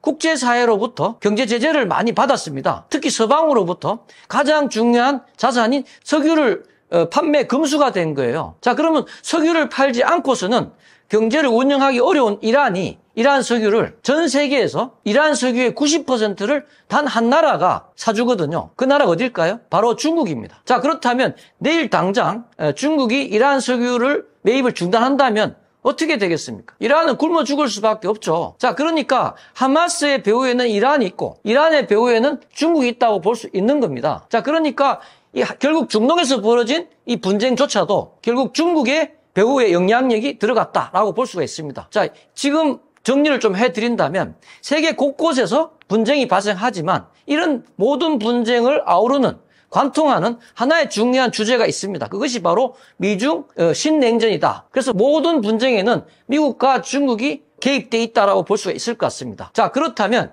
지금 이런 북한의 최근 대전략 변화 중에서 북러 군사 동맹이 이제 벌어졌고 북러 군사 동맹이 벌어짐으로써 중국과 북한이 상당히 괴리가 발생한 거죠. 그리고 지금 러우 전쟁이 이제 종전 상태에 접어들지 않습니까? 그 종전에 대한 중재를 미국이 하고 있거든요. 자, 미국이 사실 가장 중요한 국가 목표는 바로 중국 제압이라고 볼 수 있습니다. 중국 제압을 위해서 이 트럼프 신정권이 채택한 방법은, 구체적인 전략은 지금 러시아 끌어안기를 하고 있거든요. 과거에 미소냉전 때도 비슷했습니다. 그 당시에 소련이 중공과 한 팀을 이뤄서 미국과 대항을 하는 형세였는데 그 닉슨 대통령 시절에 헨리 키신저라는 그 국무장관이 중소 분쟁이 발생한 틈을 타서 소련 품에서 중공을 떼어내버리거든요. 미국에서 끌어안기를 시도했습니다. 그래서 이제 원래 소련 중공 2대 미국 1, 2대1 구도에서 오히려 소련 대 미국 중공 구도가 됨으로써 소련이 결정적으로 취약해졌거든요. 그래서 결과가 어떻게 됐습니까? 1991년 소련 연방이 해체되어 버립니다. 소련 연방 해체에 가장 중요한 기여를 한 사람은 저는 키신저라고 생각하는 사람입니다. 그래서 지금 미국에서 트럼프가 지금 러시아에 대한 러시아 끌어안기를 닉슨 전략이라고까지 얘기합니다. 닉슨이 과거에 소련으로부터 중공을 끌어낸 것처럼 그 정반대로 이번에는 중공 품에서 있는 러시아를 끌어안음으로써 중국을 제압하겠다라고 하고 있거든요. 또 하나 이제 변수는 우리 대한민국은 러우 전쟁 과정을 통틀어서 인도적인 지원을 했을지 몰라도 직접적인 군사 지원은 하지 않았거든요. 이게 이제 마지노선이었습니다. 그래서 이 선을 넘어간다면 한러 관계는 파탄이 날 수밖에 없다. 그런 얘기를 푸틴이 여러 번 했는데 다행히 그 선을 넘지 않았습니다. 자, 그리고 러시아는 전쟁이 끝난 후에는 반드시 우리나라의 필요성 때문에 한국과 러시아 관계는 부활할 수밖에 없다. 자, 그렇다면 지금 한반도를 둘러싸고 있는 정세는 어떻게 바뀌냐 하면 미국, 러시아, 남한, 북한이 연결됨으로써 중국을 봉쇄하는 그런 변화가 가능할 것 같다라고 말씀드릴 수 있겠습니다. 자, 경제 안보 측면에서 최근 우리나라가 관심을 가질 이 사건은 미국이 벌이고 있는 관세 전쟁입니다. 이 관세 전쟁은 단순히 협상을 통해서 진정될 문제라고 생각하지 않습니다. 자, 이것의 최종 결과는 중국 고립이 될 수밖에 없거든요. 그래서 결론적으로 이 관세 전쟁을 통해서 미국을 포함하는 서방과 중국은 완전히 분리가 되는 디커플링 단계로 접어들 것이다 라고 생각하고 있습니다. 자, 그렇다면 우리가 취해야 될 경제 안보 전략은 이런 디커플링 국면에서 한국은 미국을 중심으로 하는 서방 진영 입장을 고수해야 됩니다. 나중에 더 자세하게 이유를 설명드리겠습니다. 그리고 이렇게 해야 될 가장 중요한 이유는 뭐냐면 미국이라는 세계 최대 시장에서 우리 한국의 제조업하고 중국의 제조업이 전방위로 경쟁을 하고 있거든요. 그런데 그런 경쟁 속에서 중국의 관세율이 지금 145% 아닙니까? 우리 같은 경우는 뭐 25%인데 아마 10%대로 떨어질 거예요. 자, 그렇다면 이러한 관세 격차를 중국이 감당할 수 없습니다. 그렇다면 우리에게는 엄청난 기회가 될 것이다. 왜냐하면 지금 현재도 오늘 시점에서도 미국향 중국 수출이 거의 3분의 2가 줄었다고 하거든요. 아마 거의 다 전멸할 것 같습니다. 그런 부분이 중국이 미국에 수출하는 축소된 물량 전체를 가장 접근할 수 있는 쉬운 나라가 우리 한국이기 때문에 한국이 가장 압도적인 기회가 올 수밖에 없다라고 생각합니다. 그리고 우리 같은 경우도 미국이 압박이 단순히 관세만 있는 것이 아니라 지금 상호관세 대상 국가가 57개 국가인데 이 나라들하고는 개별 협상을 하지 않습니까? 그 개별 협상하는 내용 중에서 가장 중요한 것이 경유 수출을 막겠다는 거예요. 자, 중국이 베트남을 통해서 미국을 수출하게 되면 관세율이 낮아질 수 있잖아요. 그럴 경우는 베트남한테 미국이 중국에서의 수입을 확연히 줄이라, 오히려 차단해라 이렇게까지 요구하고 있습니다. 그래서 한국이 미국의 요구를 수용하려면 우리가 중국으로부터의 수입은 축소를 할수록 좋습니다. 그리고 만약에 우리가 중국한테 수출하는 부분은 느리거나 유지를 하게 되겠죠. 자, 그렇게 되는 겁니다. 그렇다면 또 한 가지 중요한 현상은 뭐냐면 중국이 미국 수출이 좌절되기 때문에 그 미국으로 갈 수많은 그 물량들을 아주 덤핑으로 전 세계 국가들한테 뿌릴 수밖에 없거든요. 뭐 거의 밀어내기라고 보시면 되겠습니다. 우리 같은 경우도 테무나 알리 같은 그런 어떤 플랫폼을 통해서 저가 제품들을 대량으로 아마 밀어내기를 시도할 겁니다. 그러나 이 부분에 대해서도 어쨌든 우리가 미국을 고려한다면 비관세 장벽이라도 세워서 이것을 차단할 필요가 있을 것 같습니다. 지금 이 미중 갈등은 상당히 오래 갈 것이다라는 부분에 대해서는 좀 배경적인 지식이 필요할 것 같습니다. 자, 지금 이 미중 갈등이 도대체 국제정치학적으로 어떤 내용에 해당되는 건지를 살펴볼 필요가 있거든요. 자, 그래서 이 미국이라는 나라는 상당히 이제 독특한 포지션을 갖고 있는 나라인데 미국은 전 지구상에서 하나의 지역 패권국이다라고 얘기합니다. 하나의 지역이라는 것은 하나의 대륙을 거의 통제하는 지역 패권국이라는 뜻이에요. 그런데 아메리카의 패권국은 미국입니다. 그러나 아시아나 유럽에서는 패권국이 없어요. 자, 그렇다면 아메리카 패권국인 미국이 자신의 국가 생존 가능성을 극대화시키려면 국제정치학자들은 유럽과 아시아에서 자기와 같은 패권국이 등장하게 되는 것을 차단해야 된다라고 주장합니다. 사실 미국은 20세기 들어서 유럽과 아시아에서 패권국의 등장을 4번 정도 막았습니다. 그래서 이것을 이제 국제정치학자들은 미국에 의한 해외 균형 행위가 진행되고 있다라고 얘기하거든요. 1차 대전이 1914년에 발생하는데요. 독일의 빌헬름 황제가 유럽 패권을 차지하려고 일으킨 전쟁입니다. 그런데 이 전쟁 막바지에 미국이 개입함으로써 독일 제국의 야욕이 꺾여버리죠. 독일 제국은 멸망해버립니다. 그리고 2차 대전 역시 마찬가지로 독일이 동일한 이유로 2차 대전을 일으키거든요. 그런데 그 아돌프 히틀러가 일으킨 그 2차 대전에서도 역시 막바지 단계에서 미국이 개입함으로써 독일 3제국이 멸망해버립니다. 심지어는 아돌프 히틀러 같은 경우는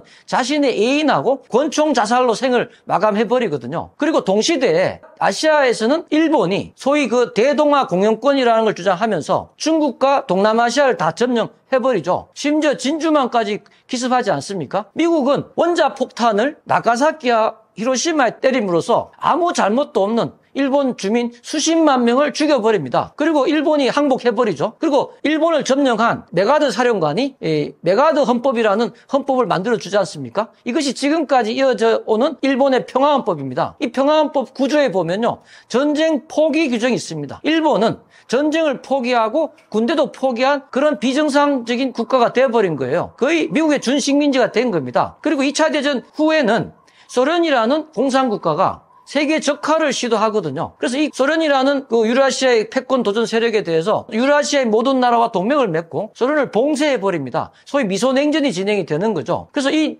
미소냉전이 수십 년간 이어지면서 1991년에 소련 연방이 해체돼 버리거든요. 자, 20세기 동안 미국은 4번의 해외 균형 행위를 통해서 자신의 패권에 도전하는 모든 나라들을 전부 다 멸망시켜 버립니다. 자, 그렇다면 지금 현재 벌어지고 있는 미중 경쟁은 21세기 들어서 5번째 미국의 해외 균형 행위의 대상국이 된다라고 국제정치학자들은 보고 있습니다. 그러니까 단순한 관세 갈등 이런 문제가 아닌 거예요. 자, 그렇다면 이 가정이 맞다면 중국은 이 지금 중국에 대한 압박, 관세, 다른 기타 여러 가지 아마 많은 카드들이 활용이 될 텐데요. 이런 것들이 바로 중국이 멸망할 때까지 저는 진행한다 라고 생각합니다. 자, 그렇게 되니까 이런 미중 갈등은 최하 저는 10년 이상 가는 장기적인 과정이라고 볼 수밖에 없고, 이러한 치열한 패권 경쟁 속에서 한국의 이익을, 주도권을 확보하려면 가장 강력한 국가인 미국과 포괄적 동맹을 추구할 필요가 있습니다. 지금까지는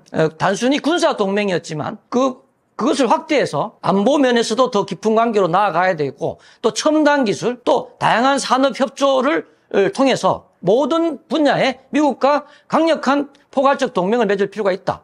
예를 들면 반도체, 배터리, 조선, LNG, 원자력, 수소에너지 같은 분야가 미국과 긴밀하게 산업 협조를 해야 될 분야라고 생각을 합니다. 그리고 우리가 또한 한반도에서 구체적인 주도권의 확보를 할 수 있는 방안을 좀 보충적으로 말씀을 드리면, 자, 2022년이죠. 윤석열 대통령이 당선되지 않습니까? 그리고 나서 얼마 지나지 않아서 미국에서 낸시 펠로시란 하원 의장이 방한을 하거든요. 근데 놀랍게도 이 미국 정치 서열 한 3위 정도에 되는 그런 거물인데 윤 대통령이 이 사람을 만나주질 않습니다. 피해 다녀요. 그리고 그 동시에 그 박진 외무장관을 중국 베이징으로 파견을 하게 되는 겁니다. 저는 제가 개인적으로 볼 때 70년 한미 동맹 역사 중에서 가장 한미 간의 긴장이 고조화된 시기가 바로 이때라고 생각합니다. 자, 윤 대통령이 왜 낸시 펠로시를 피했냐 하면, 당시에 통설은 어떤 주장을 하냐 하면, 당시에 북미 간에 종전협상이 진행되고 있었다는 거예요. 종전협상. 종전협상이 된다면, 우리가 종전이 되면 유엔 사령부가 해체될 수밖에 없거든요. 자, 그런 것을 윤석열 대통령은 대단히 불쾌하게 생각했던 거예요. 윤 대통령 같은 경우는 삼축 체계를 강화한다든지 필요하다면 선제 타격을 해야 된다라고까지 했던 강경파였습니다. 그런데 미국이 낸시 펠로시를 보내서 지금 북미 간에 벌어지고 있는 종전협정에 대해서 한국 정부가 협조하라는 뜻이거든요. 그렇게 해석을 한 겁니다. 그러다 보니까 이것에 대해서 반발을 한 거죠. 자, 그러나 그 몇 달 뒤에 미국은 윤 대통령을 여러 방면으로 설득을 많이 한 것 같습니다. 이 설득이 이루어진 것 같은 게 그 몇 달 뒤에 8월 달입니다. 22년 8월 달. 그때 윤 대통령이 취임 100일차 기자회견을 하거든요. 그때 이제 윤 대통령이 담대한 구상이라는 것을 발표합니다. 이건 뭐냐면, 북한이 핵 포기 의사만 표명하더라도 한국은 북한이 필요한 모든 인프라를 다 제공해 주겠다. 우리가 도로, 철도, 전기, 통신, 공공시설, 병원, 상하수도 이런 모든 인프라를, 모든 비용을 한국이 부담하고 해주겠다는 거예요. 좀 이상하지 않나요? 그 전까지만 하더라도 선제 타격 운하는 대통령이 이런 발언을 한 겁니다. 이것은 종전협상을 진행 중이었던 미국이 강력하게 한국 대통령을 설득한 결과라고 저는 생각합니다.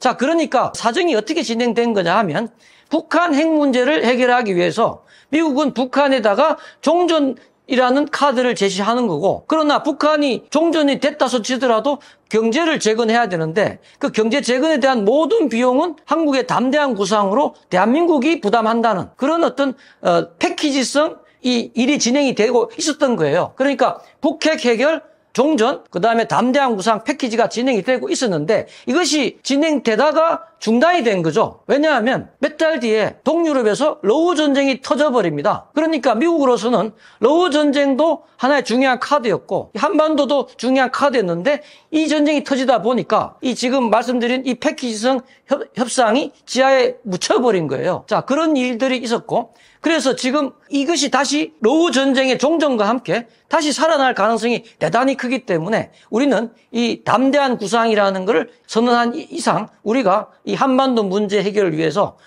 북한의 개발에 참여하는, 그리고 그것은 결국 북한, 남한이 경제적인 어떤 협조체제가 된다는 뜻이었고, 그 다음에 러시아의 연해주를 개발한다면, 이게 되게 중요한 의미가 있는 것이, 이 러시아는 연해주를 이 중국의 위협에서 굉장히 불안해하고 있거든요. 그렇다 보니까, 만약에 한러 관계가 부활되고 연해주 개발에 참여만 할 수 있다면 이것이 국제정치학적으로는 중국이 동해로 진출하는 것을 강력하게 억제하는 그런 억제책이 될 수 있기 때문에 한반도 주도권이 강력하게 우리한테 넘어올 수밖에 없다라고 생각합니다.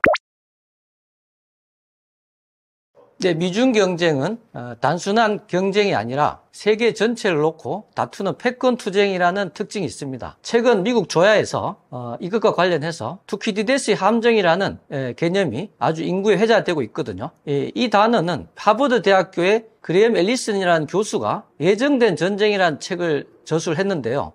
이 책에서 소개됐습니다. 앨리슨 교수는 이 책에서 최근 500년 정도 세계 패권 투쟁 관련 역사를 연구를 했는데요. 16번의 사례를 분석했습니다. 이 16번 중에서 무려 12번이 실제 군사적인 충돌, 전쟁으로 이어졌고 4번이 전쟁으로 이어지지 않았거든요. 그런데 어떻게 이 전쟁이 발생한 케이스하고 발생하지 않는 케이스가 그 구분 기준이 앨리슨 교수는 바로 투키디데스의 함정에 걸린 경우는 거의 전쟁으로 이어졌지만 그렇지 않은 경우는 전쟁이 발발하지 않았다는 겁니다. 자, 그래서 투키디데스의 함정을 좀 더 자세히 설명드리겠습니다. 자, 2500년 전에 유럽 그리스에서 이제 아테네와 스파르타 간에 양 세력 간에 이제 패권 투쟁이 벌어졌거든요. 그래서 완전히 아테네하고 스파르타 양쪽으로 이분이 됐습니다. 그래서 무려 27년간 패권 투쟁을 진행을 하는데 아주 참혹한 내전이 발생한 겁니다. 굉장히 이제 그 국토 전체가 초토화되고 완전히 폐허화되다시피 하는데요. 그 전까지만 하더라도 이제 이 내전이 일어나기 전까지만 하더라도 지중해 세계에서 그리스가 최강 패권 국가였거든요. 그런데 이 전쟁이 끝난 이후에는 완전히 이제 몰락해 버립니다. 그만큼 중요한 전쟁이었고 이 투키디데스는 역사가인데요. 이 펠레폰네소스 전쟁, 이 그리스 내전사를 기술한 역사가입니다. 이 사람은 이 전쟁이 이렇게 참혹한 전쟁이 왜 발생할 수밖에 없었느냐라는 것을 연구를 했는데 이 사람은 한 문장으로 이것을 설명을 합니다. 아테네와 스파르타 간의 이 양세력 간의 이 처절한 전쟁이 일어날 수밖에 없었던 이유는 뭐냐 하면 아테네의 세력 신장과 이를 지켜본 스파르타가 매우 두려워했다는 거예요. 그러니까 기존의 그 패권자인 스파르타가 무섭게 부상하고 있는 아테네의 그 세력 신장을 보고 두려워했기 때문에 전쟁은 불가피했다는 겁니다. 자, 그래서 이게 이제 오늘날의 국제 정치학자들이 바로 이런 개념을 투키디데스의 함정이라고 이제 용어화했는 거죠. 그렇다면 지금 현재 발생하고 있는 미중 경쟁이 바로 21세기 들어서 이제 새로운 국제 패권 투쟁이라면 이것이 이제 투키디데스의 함정에 빠져 있는지 그렇지 않은지를 분석하는 것이 굉장히 중요합니다. 이 분석 여하에 따라서 미중 경쟁이 단순히 뭐 두 나라 간의 경제적인 어떤 대립 이런 것이 아니라 군사적인 충돌, 즉 전쟁으로 비화할 수 있는지를 결정할 수 있거든요. 자, 최근 수십 년간 동북아에서 중국이 무섭게 부상을 하지 않습니까? 그리고 기존 패권 국가인 미국이 중국의 부상을 보면서 대단히 두려워하고 있습니다. 지금 두려워하고 있는 근거를 말씀드리면 최근 수년 동안 중동이나 아프가니스탄에서 미군이 전부 다 철수하지 않습니까? 이 모든 그 철수된 군사력이 거의 아시아 쪽에 서태평양 쪽에 집중을 하고 있거든요. 모두 다 중국 때문에 이렇게 철수를 하게 된 겁니다. 자, 그렇다면 미중 간의 군사적 충돌, 전쟁은 이 국제 정치학자들은 거의 대부분 불가피하다라고 얘기를 하고 있습니다. 오죽하면 어떤 말까지 하느냐 하면 제발 내 이론이 틀렸으면 좋겠다. 왜냐하면 자기 이론이 맞으면 전쟁이 날 수밖에 없잖아요. 그만큼 이 심각한 상황이라고 보실 필요가 있을 것 같습니다. 자, 그렇다면 다음 논점으로는 만약 미중 사이에 전쟁이 발생한다면 어느 곳에서 전쟁이 발생할 것인가 하는 문제입니다. 제 생각으로는 한 3군데 정도가 가능한데요. 첫 번째는 남태평양 바다에서 해전이 발생할 수 있겠죠. 그다음 두 번째는 양안, 그러니까 중국, 대만 사이에 전쟁이 발생할 수 있을 것 같습니다. 그리고 마지막으로 한반도에서 전쟁이 가능할 것 같아요. 자, 그렇다면 이 3곳 중에서 전쟁 발발 가능성이 가장 높은 곳이 어디라고 생각하십니까? 저는 제 개인적인 견해를 말씀드리면 단연코 한반도라고 생각합니다. 왜 제가 한반도라고 생각하는지 그런 부분에 대한 근거를 말씀드리겠습니다. 만약 그 미중 간의 전쟁이 남태평양 바다에서나 아니면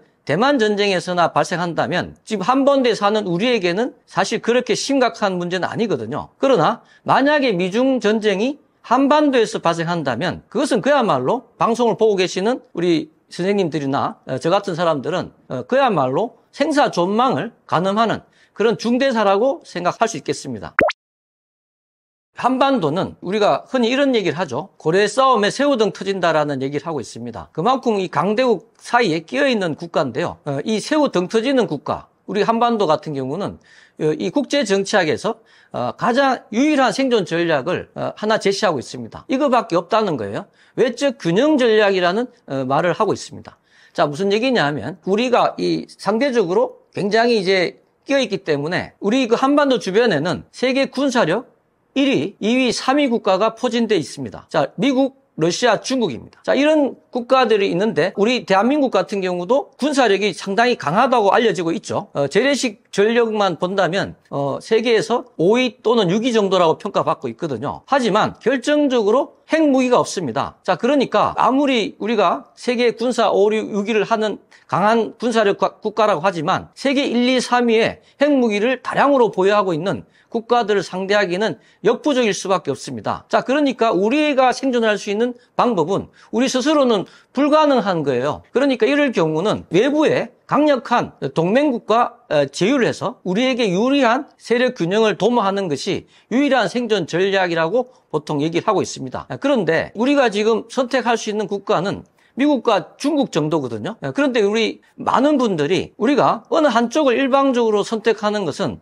우리의 국가 이익에 별로 도움이 되지 않는다. 안미경중이라는 말도 있지 않습니까? 안보는 미국, 경제는 중국, 이런 얘기를 하시거든요. 그러나 이것은 양다리라든지 중립 전략을 채택하라는 그런 얘기인데 이것은 국제정치학에서 제시를 하고 있지 않습니다. 왜냐하면 현실적으로 가능하지 않다고 보는 거예요. 어떤 분들은 그러면 자, 유럽의 스위스 같은 나라들은 중립국가 아니냐 이런 말씀을 하실 수 있거든요. 하지만 스위스가 위치한 곳은요, 지정학적으로 전혀 중요하지 않은 지역입니다. 스위스는 알프스 고산지대에 있는 고산지대 국가인데요. 스위스는 주로 뭐 관광객이라든지 등산객들이 주로 관심을 갖는 그런 나라에 불과합니다. 그 스위스 주변 국가들 같은 경우는 스위스가 그렇게 중요하지 않은 나라인 거예요. 그러다 보니까 스위스가 무장 중립을 주장하고 우리가 무장하고 있으니 우리한테 쳐들어오면 공격하겠다 이렇게 얘기를 합니다. 그러니 다른 주변 국가들이 그래 중립하라고 얘기하거든요. 그러나 우리 한반도는 대단히 중요한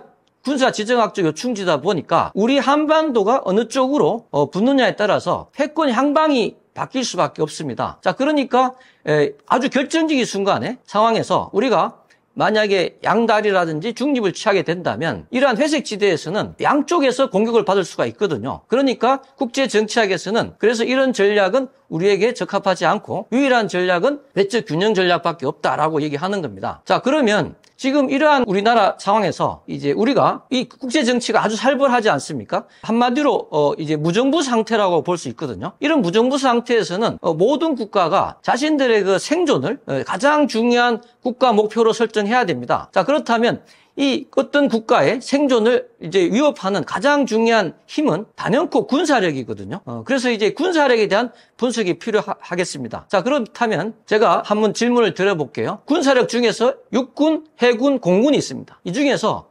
국제정치학에서 가장 중요한 군대를 어떤 군대라고 생각하십니까? 자, 보통 미 해군 같은 경우는 거대한 항공모함이 있잖아요. 이 항공모함 같은 경우는 한 척에 무려 수조 원이 들어가는 엄청난 무기가 됩니다. 그리고 뭐 스텔스 전투기 같은 경우도 한 대당 뭐 수천억 가는 엄청난 고가 장비가 되겠죠. 자, 그럼에도 불구하고 국제 정치학에서는 육군이 가장 중요한 군대라는 겁니다. 자, 왜냐하면 이 패권 투쟁에서 상대방을 항복을 받기 위해서는 자국의 육군을 동원해서 상대방의 수도를 점령해야 됩니다. 점령하고 그 후에 전후 통치까지 이어져야 되겠죠. 그런 과정을 진행할 수 있는 군대는 육군밖에 없거든요. 그런 면에서 이제 육군이 대단히 중요하다는 겁니다. 또 다른 측면에서 육군이 왜 중요한지를 말씀을 드리겠습니다. 자, 2차 대전이 끝났을 때 가장 최대의 전선 국가는 미국이었습니다. 당시 2차 대전의 직후에 미국은 세계 경제 규모의 거의 뭐 절반 가까이 차지하는 엄청난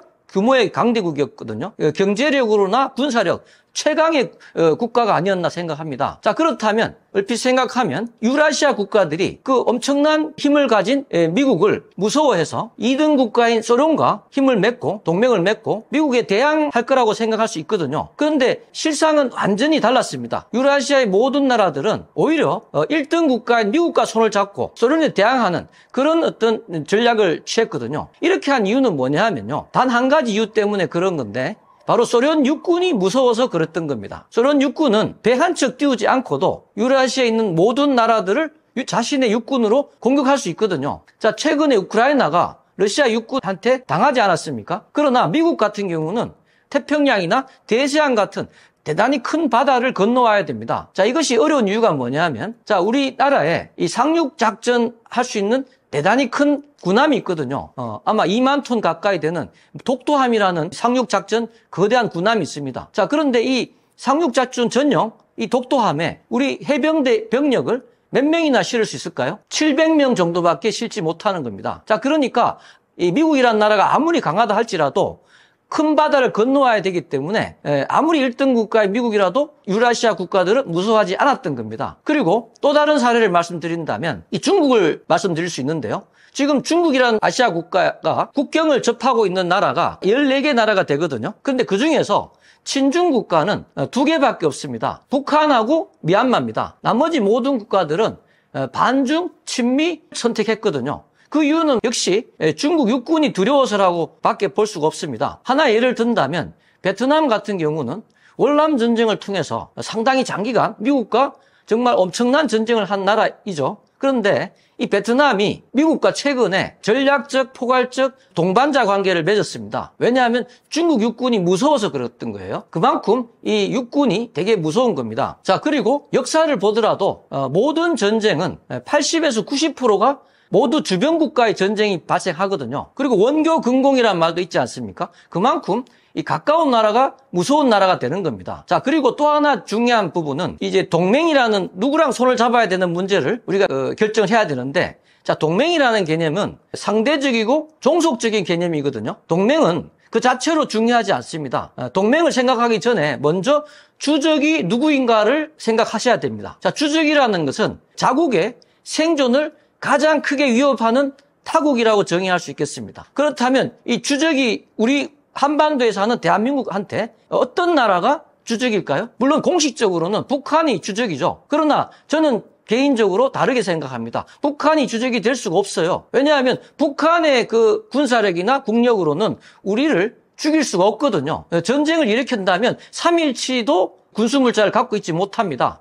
핵이 있다 손 치더라도 그것은 공갈용에 불과하거든요. 그렇다면 자, 지금 미국은 뭐 우리의 동맹국이니까 열외로 하고요. 자, 일본을 한번 예를 들어볼까요? 일본이 우리의 주적이 될 수 있을까요? 절대 불가능합니다. 왜냐하면 일본과 우리는요, 군사력이 비슷한데 군사력이 비슷한 나라가 바다 건너 상륙작전을 해서 상대방을 제압할 수는 불가능합니다. 그러니까 일본, 한국은 서로를 죽일 수 없는 관계이기 때문에 서로가 주적이 될 수가 없다. 그렇게 생각합니다. 그리고 러시아 같은 경우는 주적이 될 수 있을까요? 러시아도 주적이 될 수가 없습니다. 왜냐하면 러시아는요, 지금 유럽 국가라고 봐야 되거든요. 러시아의 모든 그 군사력, 자원, 이런 모든 부분은 우랄 산맥 서쪽에 있습니다. 그렇다면 러시아가 만약에 대한민국과 전쟁을 결정한다면 이 시베리아 횡단철도를 통해서 대규모 파병을 해야 되고 엄청난 규모의 군수물자를 공급해야 되거든요. 그런데 만약에 이 전쟁이 발생한다면 우리가 가지고 있는 탄도미사일 몇 방만 때려버리면 그 시베리아 횡단철도를 끊어버릴 수가 있습니다. 자, 그러니 실질적으로 러시아는 우리를 죽이기 어려운 나라가 되겠습니다. 자, 그렇다면 마지막 한 나라가 중국입니다. 자, 중국은 북한을 통해서 중국 육군을 우리한테 보낼 수가 있겠죠. 그죠? 그래서 중국 육군이 가장 크게 위협하는 주적이라고 볼 수가 있겠습니다. 자, 그렇다면 이게 이제 지정학적인 측면에서 이제 우리를 정말 위협하는 주적을 분석을 해봤는데요.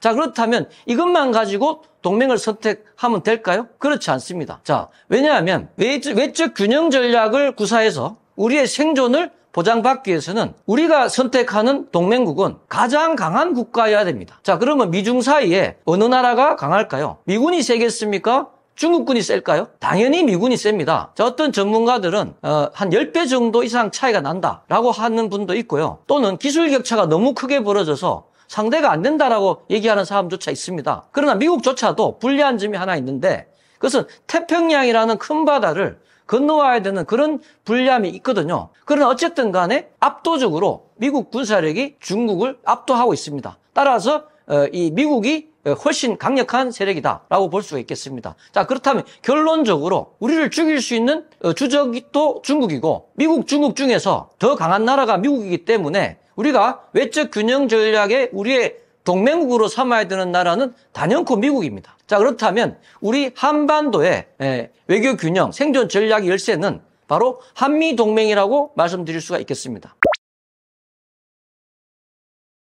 장시간 방송을 잘 들어주셔서 고맙습니다. 제가 이제 우리 시청자분들한테 여쭈고 싶은 부분은 우리 국가 안보에 대해서 정확한 인식과 판단이 필요하다. 그래서 올바르지 않은 방향에 부안해동하지 않는 게 제일 중요할 것 같고요. 이미 우리는 상당히 경제력으로나 군사력으로나 상당히 준비가 되어 있는 우리 많은 그 선배 세대들이 노력해서 그런 상태가 됐기 때문에 불안해하지 마시고 오히려 안심하시고 자신감을 가지고 안보관을 강화시킬 필요가 있을 것 같습니다. 자, 이것으로 마치도록 하겠습니다. 고맙습니다.